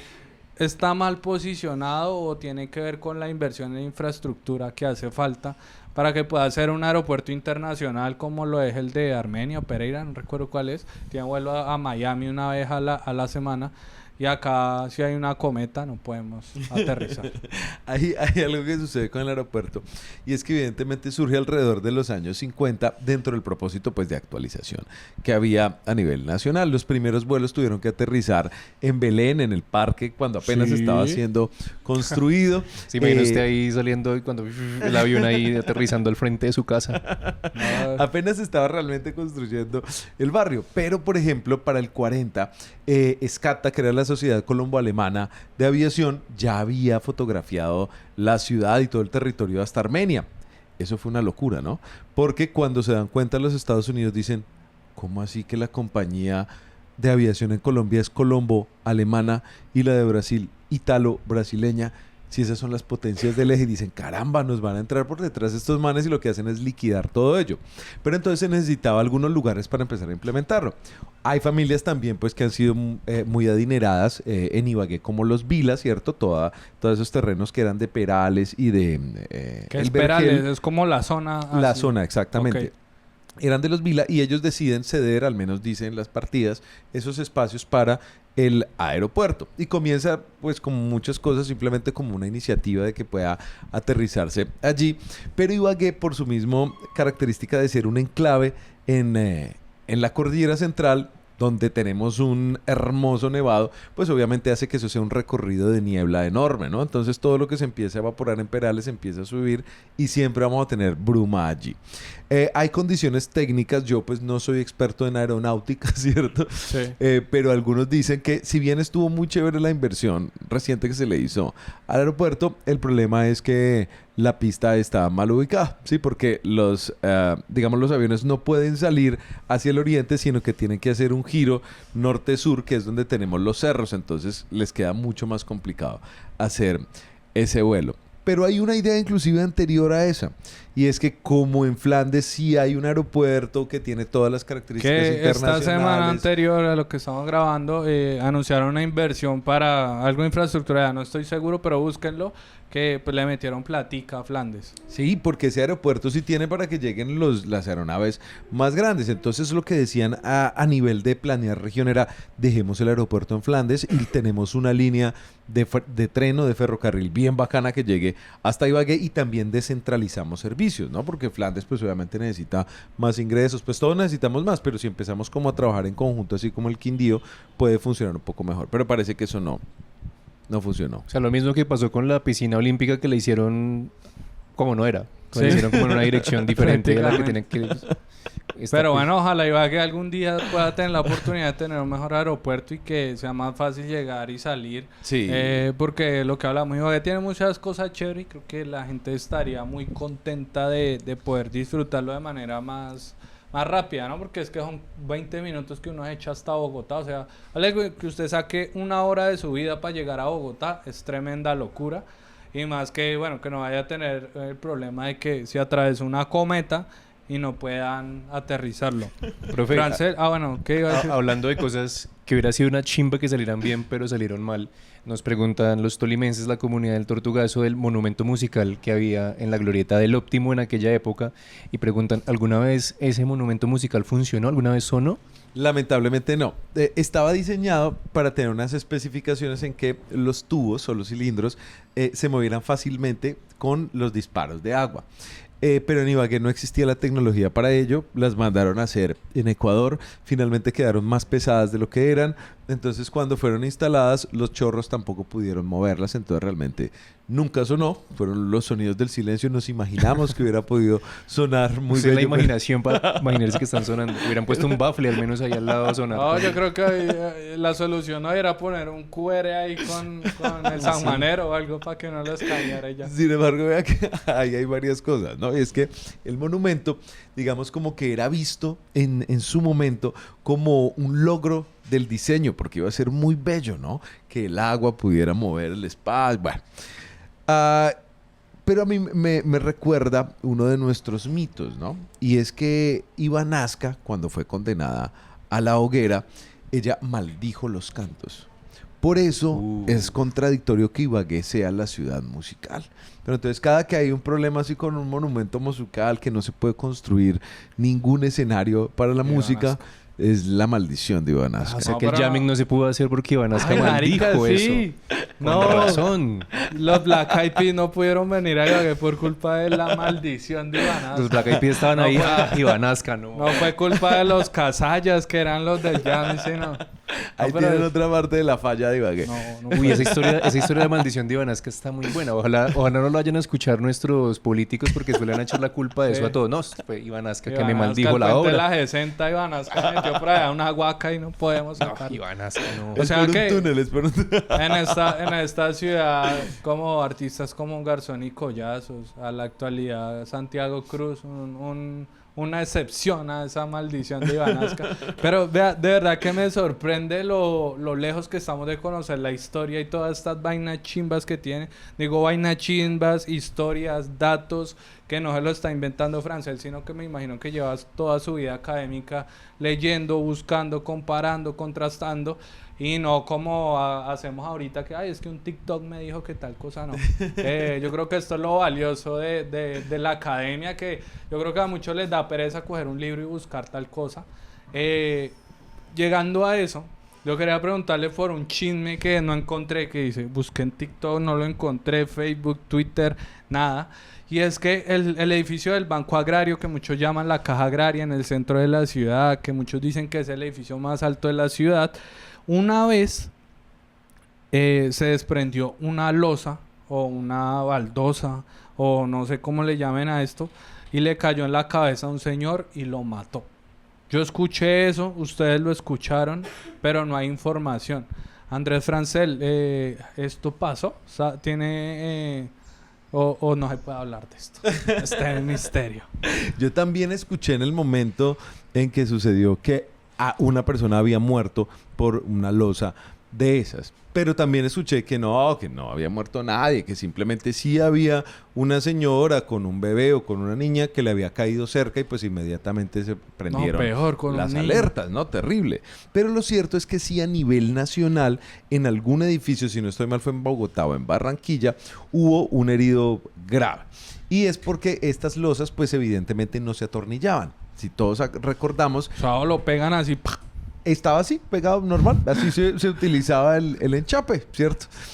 Pero a partir de cierto momento empezaron a atornillarse esas losas. Es decir, si tuvo que haber pasado algo grave. Yo no recuerdo haber leído ningún documento ni en la prensa ni en No algo podría buscar efectivo. como, digamos, si alguien le dice, sí, eso pasó en el tal, y en algún lado hay un archivo de prensa de Ibagué donde uno pueda consultarlo o algo así. Sí, en la biblioteca de Aribo Echandía hay la zona de la hemeroteca, uno puede buscar específicamente chimba. los periódicos, que siempre va uno, por ejemplo, hablando del Parque Centenario y uniéndolo a ello. Estuve buscando por todas partes algo que nos pudiera decir realmente cuándo fue creado el Parque Centenario. Pues que fue una obra importante. En la prensa local no hay ninguna mención a cuándo se creó eso. A pesar que dicen que durante el gobierno de Adriano Trivín Piedrahíta, bueno, y todas las cosas, nada por allí no está. Pero entonces eso también se mezcla con algo bacano. Y es que cuando llega la dictadura, cuando se va la dictadura, empiezan a quemarse muchos documentos, ¿cierto? Para evitar cualquier conflicto Sí. por allí. Pero Borrando también, evidencia, como llaman. como también ustedes dicen, estamos en un territorio en el que hay muchos rumores, pues precisamente el muerto por esa chapa hubiera podido ser también el mismo perro de los tamales ortegunos o el muerto del pan de Matthews, ¿no? Entonces, pero siempre es como importante uno tratar de buscar la información O sea, es certera. un rumor y a menos que en este video alguien diga, sí, fue mi tío Rogelio que lastimosamente perdió un bracito porque le cayó allá y esta es la época y no nos han pagado nada, por favor, colaboren. Sí, porque una historia Es esa mentira. no es tan descabellada que pase en Ibagué. No, marica, yo poco- paso y yo digo, pero eso sí tiene toda la razón del mundo, esa vaina se despega, me cae encima y me No, mata. y si se murió una persona en el Centenario por una rama de un árbol que le Sí, cayó, sí, sí. eso no podría pasar Es con probable, un edificio. es muy probable. Pero bueno, no tenemos certeza de qué pasó. Probablemente sea un chisme que pasó en otro lado y lo metieron acá. Pero ¿cuál es la importancia arquitectónica de el Banco Agrario, que muchos le dicen Caja Agraria? Sí, es que el edificio tiene unas innovaciones importantes de los 70s y los 80s en Colombia que consistieron en tratar de generar algo que se denomina como la mayor variedad dentro de la mayor unidad.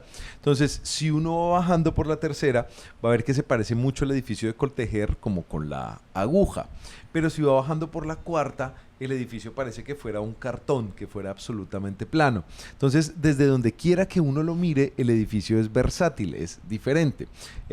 Por supuesto que en su momento implicó un reto técnico y fue hacer el edificio más alto y hay un rascacielos de 13 pisos, ¿no?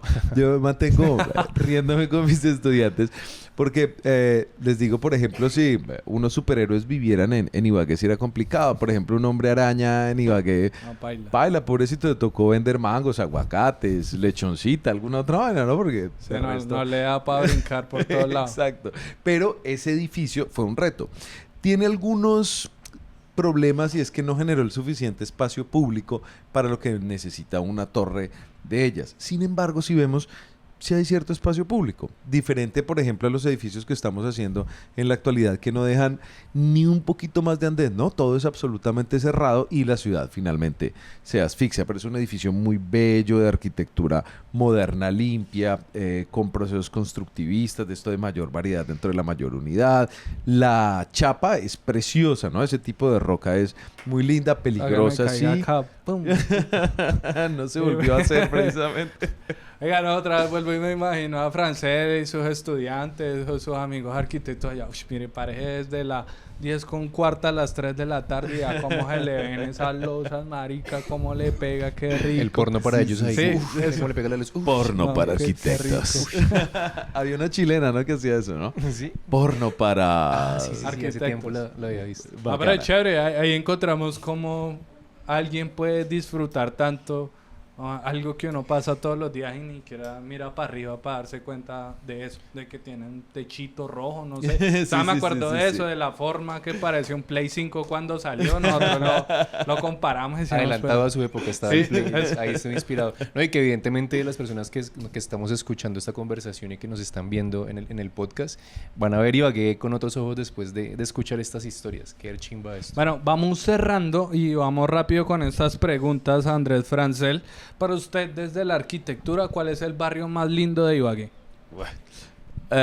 Yo tengo un amor especial por el barrio Belén porque allí crecí, porque unos de mis primeros libros fueron precisamente sobre Dicen el por acá los barrio abuelos. Vea, hasta él, ¿cuántos años tiene él? 10. 10 y también Belén, ya lo Sí. sabe. Porque allí se implementó un nuevo modelo, ¿no? Y era tratar de estar lejos del centro de la ciudad, pero con todos los privilegios del campo, todos los privilegios de la ciudad. Entonces, la quebrada de los Piojos, que tradicionalmente era una barrera para separar a la ciudad del panóptico de la cárcel, se vuelve ahora un motivo paisajístico. Y entonces las casas ya no son como en el centro, que no tienen antejardín, sino que ahora sí las plantas están por todas partes, hay diversos estilos, los andenes son un poco más amplios. Es decir, me gusta mucho ese barrio por la diversidad que tiene. No quiere decir que lo considere mejor que otros, sino que tiene de pronto unas huellas más profundas en mi infancia y también pues obviamente me parece muy Sí, bello. porque sabemos que el mejor es el Jordán, muchachos. No, mentira. También es muy bello. Vea No. que por eso ahorita que hablamos del Jordán, yo les decía, a uno le enseñan que Ibagué, que Belén, que La Pola, que tal. Sí, sí, sí. Pero cuando empiezan a disfrutar de las maravillas del Jordán o inclusive de Limonar, las brisas, es decir, todos tienen unos ejemplos que son No, eso que preciosos. usted decía de que están hechos para que uno no ande rápido, de verdad que son cosas que uno no contempla. Andrés Francel, ¿usted cuál diría que es la persona más famosa o más importante que vivió aquí en Ibagué? Difícil. Voy a hacer lo mismo que con Belén. Creo que es simplemente una de las historias que más me gusta contar. Y tiene que ver también con temas que me gustan de inmigración, ¿cierto? De invención. Y es la presencia de Salomón Hakim en Ibagué. Salomón Hakim fue un médico que nació en Barranquilla, murió en Bogotá y vivió su infancia en Ibagué. Ellos eran inmigrantes también libaneses y este tipo descubrió un tipo de enfermedad en el cerebro, ya obviamente no soy médico, que implica que se genera una presión extra en el cerebro. Diseñó un tipo de cirugía para evitar que las personas que tenían Alzheimer o inclusive problemas que se consideraban psicológicos pudieran mejorarse con esa operación. Y se inventó una válvula que se denomina la válvula de Hakim, que permite estar drenando cualquier problema cerebral que exista para evitar que haya más presión en el cerebro. Y el tipo vivió allí, en el pleno centro de Ibagué. Y luego, O sea, pues, estudió en Ibagué. podría decir. estudió en Ibagué. Ah, bueno, ese es el detalle que falta. Estudió en el Conservatorio del Tolima. Es decir, era violinista y pianista. Y después, con esas habilidades artísticas, se fue a desarrollar su vida como médico. Y yo espero pronto que saquemos algunos videitos para mostrar dónde vivió Salomón Hakim, porque es una maravilla, ¿no? Y a veces son historias que desconocemos, pero O sea, preciosas. a nivel porque- científico, este podría ser uno de los personajes más importantes. A nivel artístico, tal vez internacional, Santiago Cruz podría ser la persona con más reconocimiento que haya salido de Ibagué. Bueno, y Santiago además que quiere mucho la ciudad. Bueno, hablando de lo contemporáneo, Sí, ¿no? sí, sí. Pero pues, oiga, qué curioso eso, porque sí, yo ni tenía idea ni quién era, ni que era de acá, y vean, ahí tenemos un datazo. Porque bueno, no sé si sea polémico, pero en el tema científico siempre nos dijeron que en el Tolima, Manuel Enquín Patarroyo, o sea, a mí toda la vida, hasta que me di cuenta cosas que se le cuestionan al señor y ya, yo por lo menos lo bajé del pedestal en que estaba. Si quieren, busquen para que no digan, es que este man dijo eso. No, busquen por qué, busquen Manuel Elkin Patarroyo polémica y pues ahí ustedes sacarán su conclusión. Bueno, nos decía que, bueno, ese fue el personaje más importante. ¿Cuál diría usted que es el sitio más importante históricamente del Tolima? A su Al consideración, Tolima. ¿no? También en sus preferencias. Sí, pues a mi juicio hay un momento muy importante del Tolima y es precisamente Mariquita. Y es porque era una tierra minera tan importante que las edificaciones que vemos en Mariquita pues tienen la calidad que no tienen otros municipios del Tolima, excepto por ejemplo Honda, pues que tenía una relevancia también enorme. Pero en Mariquita, al ser sede de la expedición botánica, y antes de ello, al ser también sede de los virreyes, allí creció una familia que fue la familia de los Figueroa. Pues resulta que la escuela de arte más famosa de toda la colonia del Nuevo Reino de Granada, es decir, lo que actualmente es Colombia, fue la escuela de los Figueroa. Es decir, estos locos que eran de Mariquita fueron los mejores pintores de aquel momento en Colombia. Pues esa vaina no pasa porque sí, ¿no? Es una cosa magnífica y por eso creo que me llama mucho la atención tener una escuela de arte sabiendo que es tan difícil hacer arte en el Tolima en tiempos coloniales y se van a Bogotá, triunfan la machera. Claro, ¿no? uno de los sitios históricos que hay en Mariquita es la Casa de los Pintores, me imagino que es esta casa. Exacto. que Está es la casa sede de la los Segunda Figueroa. Expedición Botánica, Sí, señor. la de Gonzalo La Jiménez de ermita. Quesada. Sí. Estaba ahí. Claro, y Mariquita además fue capital de Colombia, según lo que nosotros dijimos en otro podcast, que por ahí nos estaban tratando de desmentir, pero sí pasó que Mariquita fue capital de Colombia alguna vez, ¿no? Sí, es que como hubo tanto tiempo de pugnas entre los departamentos y entre los estados, entonces durante algunos momentos se reclamaron unas independencias. Entonces realmente, por ejemplo, en el Tolima sucedió que la provincia de Mariquita reclamó su independencia y al separarse de Cundinamarca, el estado de Cundinamarca, empieza a ser realmente capital de Colombia pues por unos breves momentos. Ibagué lo fue en el momento de unos congresos nacionales que se hicieron buscando como espacios neutrales, ¿cierto? Para poder hacer ciertas negociaciones e inclusive el Líbano tiene una historia fantástica porque fue república independiente también. Cuando la revolución bolchevique, ¿no? Entonces son momentos que realmente son Muchachos, la son independencia preciosos. del Tolima está más cerca que nunca. Vean, hay Sí, ejemplos. ¿qué tal que fuéramos la República Independiente del Tolima con Ibagué como capital y uy, sería una chimba, imagínense el ejército pijao. La Tenemos selección Tolima, weón, jugando Sí, la Copa tenem- América. Uy, no, tenemos mar interior. O sea, ¿para qué necesitamos playas? ¿Para qué sí, necesitamos sí. acceso al mar si tenemos Tenemos mar interior? aeropuerto, decía ahorita. Sí. No, pues, pero ahí sí, tocaría por tierra, muchachos, pero no hay problema. Pero yo estoy en desacuerdo con Francel porque no creo que Mariquita sea el sitio más importante históricamente del Tolima para mí, con todo respeto. Yo digo que la 12 con segunda porque allí todo el mundo, no solo Colombia, presenció cuando a Luis le hicieron bajar la perra del carro. Eso salió en la BBC, en la CNN, en Ecos del Conveima, en todos lados salió. No, mentiras, pero creo que el Tolima está repleto de sitios históricos. Sí. Ambalema. Bueno, ahorita vamos a hablar un poquito de la Fundación en Tandem, que ellos tuvieron la oportunidad de hacer recorridos patrimoniales por estos sitios. Ya vamos a hablar más de ello. Un poquito de Ibagué ya para cerrar. El tema de las construcciones, edificaciones, el meme de esto antes era puro monte y ahora hay un edificio. Y el tema del agua. ¿Usted cree que es sostenible? ¿Hacia qué dirección se debe mover esto? Y usted que es un hombre de la academia, ¿cómo se preparan los profesionales para estos retos que tiene la ciudad? Sí, sabemos que el modelo actual urbano es insostenible.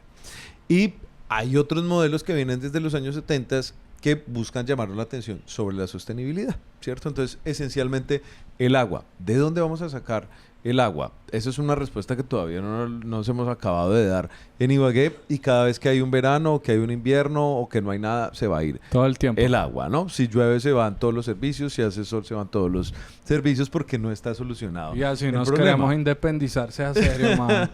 Pero no es un problema exclusivamente de Ibagué, sino del mundo. En muchos lugares empezaron a tomar otra óptica y es tratar de hacer que las ciudades sean más compactas.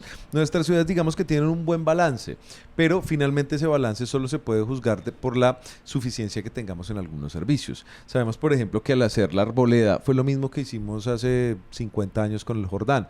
Fue crear un espacio muy alejado de los demás que digamos que no genera beneficios sobre las personas que están viviendo allá.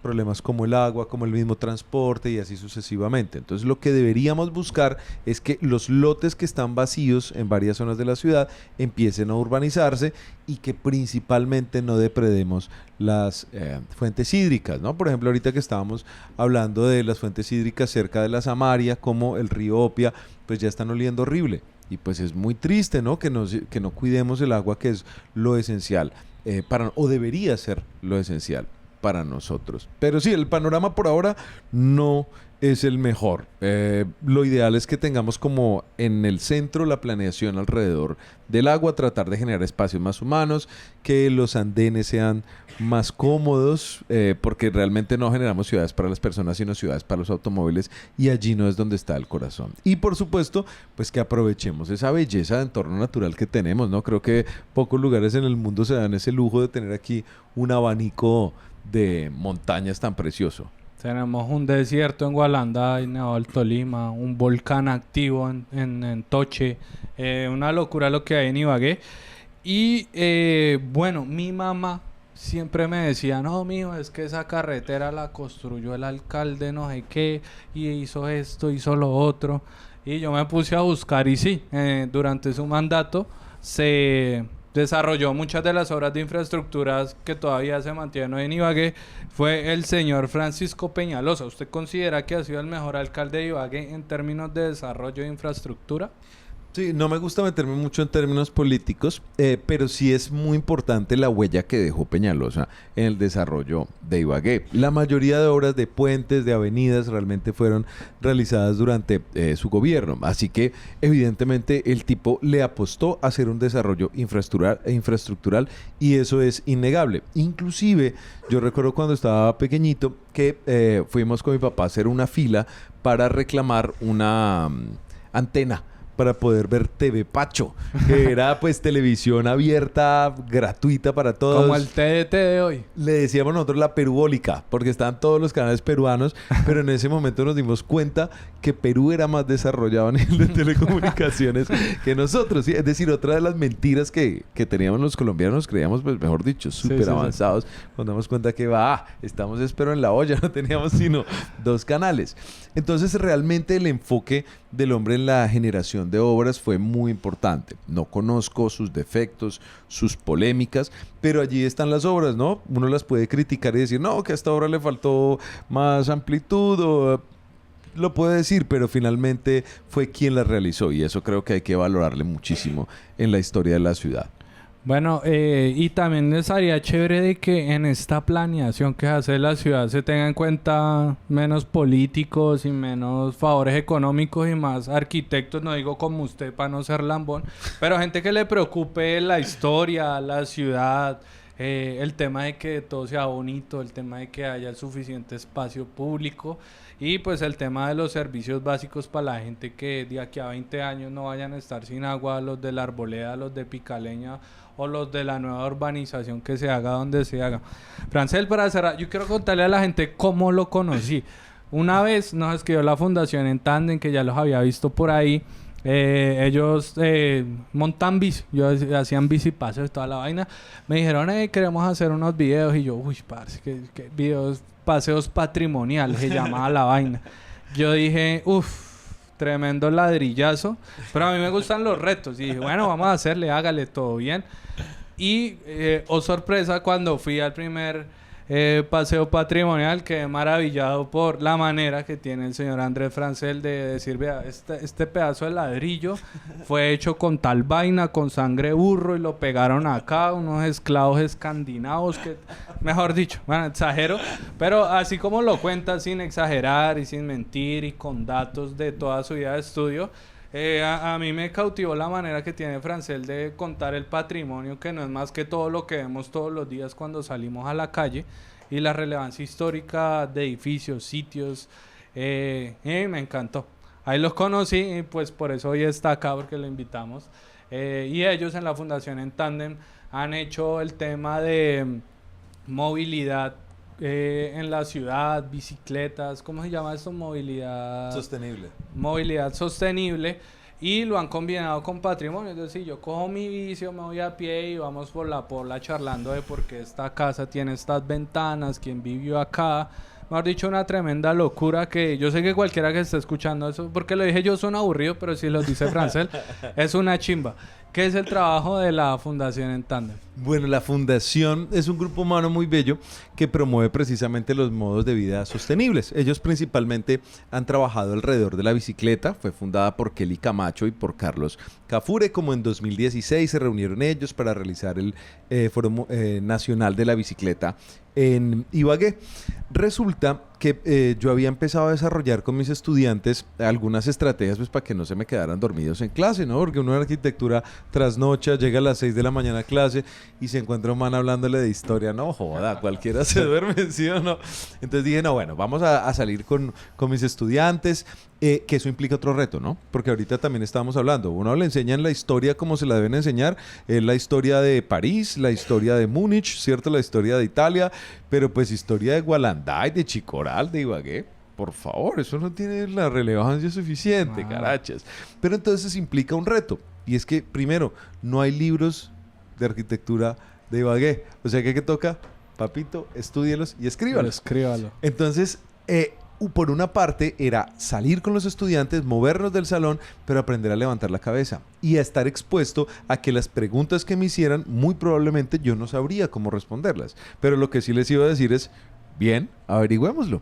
Por ejemplo, uno de los videos sobre la pilastra que queda entre el nuevo liceo y el Palacio de Justicia es producto de una pregunta en clase. Profe, ¿qué es eso? Y le tengo ni idea, pero le averiguaré. Y a partir de eso, pues descubrí que ahí quedaba el Palacio de Justicia de 1918. Ese artículo se publicó a nivel internacional. Bueno, todo el asunto. Y luego, como hacia 2014 o 15, no recuerdo, Carlos Cafure llegó de Europa y armaron con la Facultad de Educación una rodada, les dicen ellos, para Halloween. A mí me pareció eso, pues, como todo bacano. Y unas compañeras de trabajo me dijeron, hermano, ¿vamos a ir a pedalear o qué? Y yo, hágale. Ni siquiera tenía bicicleta. Pregunté dónde compraba una bicicleta, listo. Compré la más barata, obviamente, porque no sabía si eso me iba a gustar o no. Pero la experiencia de subir por la ferrocarril fue magnífica porque uno no se cansaba. Lo único que me faltaba era echar carreta. Entonces dije, el lunes me llevo a mis estudiantes de una vez para clase. Cuando les dije, pues muchos fueron como, man, está loco, otros, uff, qué bacanería.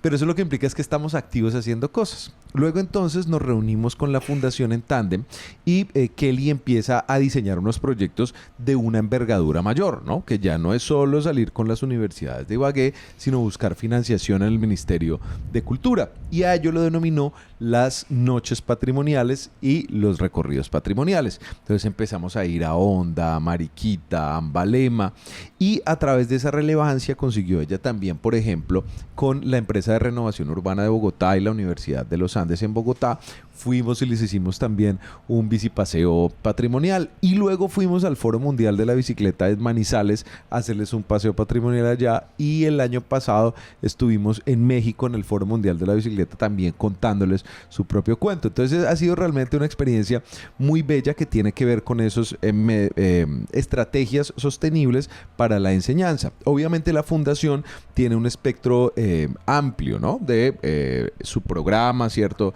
En la emisora de la Universidad del Tolima, tiene los Tome Pa' que Aprende, es decir, muchas actividades alrededor de la bicicleta. Y yo me ensamblo realmente con la fundación en el desarrollo de los bicipaseos y los paseos patrimoniales que buscan eso, como que nos activemos, que estemos pasándola bueno, que nos demos cuenta que no es sino levantar la cabeza y decir, ¡guau! Esto es una bacanería, ¿no? Porque nunca me había enfrentado a muchacha, ¿no? Siempre habíamos vivido cerca y tal, ese tipo de cosas.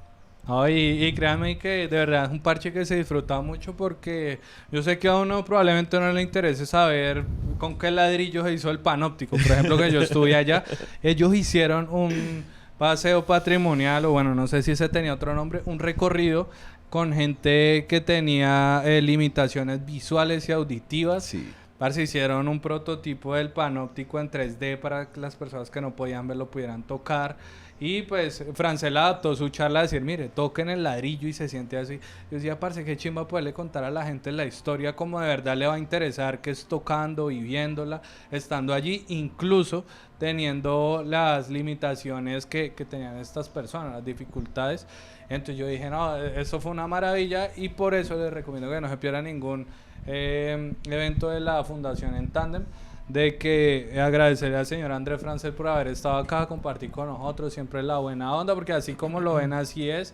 Y en sus redes sociales, que ya no las va a compartir, nos va a dejar para que ustedes vayan, vean que seguro se vienen muchos más videos con temas que hablamos acá y cosas que de verdad los van a sorprender, Daniel. Profe, qué chimba que esto que estaba haciendo ustedes de la academia ahora también lo esté compartiendo en los contenidos, que es como el punto en común que tenemos, ¿sí? Y digamos, yo quería como terminar el episodio con eso, y es como la importancia de hablar con la gente de esas cosas, digamos desde el punto de vista suyo que tiene toda esa historia en la cabeza, que no sé dónde le cabe tanta información.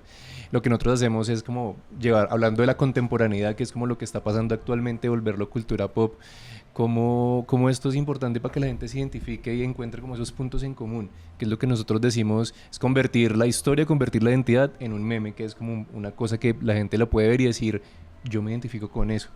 ¿Cierto? O sea, qué chimba estar en eso. No sé, quería como que termináramos hablando de eso, la importancia que tienen estos espacios de comunicación, que yo imagino, usted siendo un historiador hace 2 años, no se imaginaba lo importante que podría ser un TikTok para poderle llevar a la gente esa información de otra manera. Es cierto. Vea que por allá, por 2015, creo, Sí, creo que alrededor de eso. Yo orientaba un curso que se llamaba Contexto de la Imagen Contemporánea y abordaba, por ejemplo, los puros criollos y a nivel local trabajaba el tortugazo. Creo que ustedes estaban apenas comenzando con el proceso y me parecía magnífico porque es cómo asumir precisamente ese reto.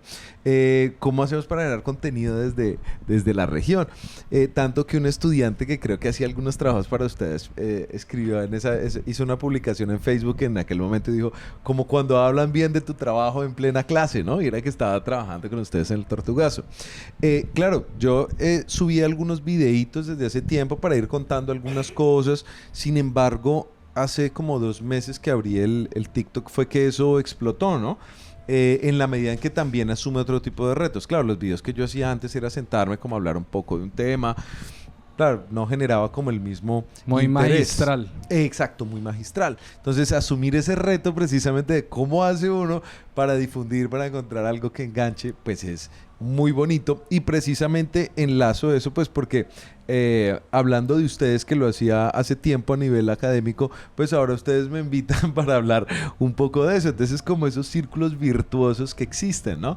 Uno va aprendiendo de ustedes qué estrategias van utilizando, cómo utilizar precisamente la cultura local para difundir sus valores. Así que para mí es como todo un ecosistema en el cual uno va aprendiendo y obviamente sí, pues para no cansar a la gente con datos sólidos, el que es académico y quiere ir al libro o al artículo científico, pues ahí está la publicación para que vaya. Pero a muchas personas les interesa saber un dato de su espacio, poder tener un nuevo dato para gozársela al día, ¿no? Para contar algo, para ir sumando sus experiencias. Que es un punto de inicio. Nosotros decimos, nosotros no tenemos el espacio para contar la noticia completa, la historia completa, pero le damos como ese abrebocas que la gente se interese en, ser tolimense también es este tema de la lechona. También es esto que pasó en el Nevado, también es este lugar de acá. Si quiere más información, hay otros espacios donde buscarla, otras personas que hacen unos contenidos más profundos. Entonces tratamos como de llegarle a mucha gente como que se interese, le quede esa chispa y ya de ahí en adelante por sí misma busque la información. Oye, es que es refrescante en redes sociales el tema de que hay mucho entretenimiento que uno ve y tal, así me río de esta broma, esta niña bailando linda, este gatito maullando chistoso, este señor que se cayó. Yo creo que todos tenemos las redes sociales para eso, pero también es muy chimba poderse encontrar cosas que uno dice, yo cómo iba a aprender que este pilar que está aquí entre este edificio y el otro tiene esta historia, que en esta casa vivió tal señor. O sea, eso no está de más aprenderlo y creo que eso es lo refrescante que tienen las redes del señor Andrés Francel, que ¿cuáles son?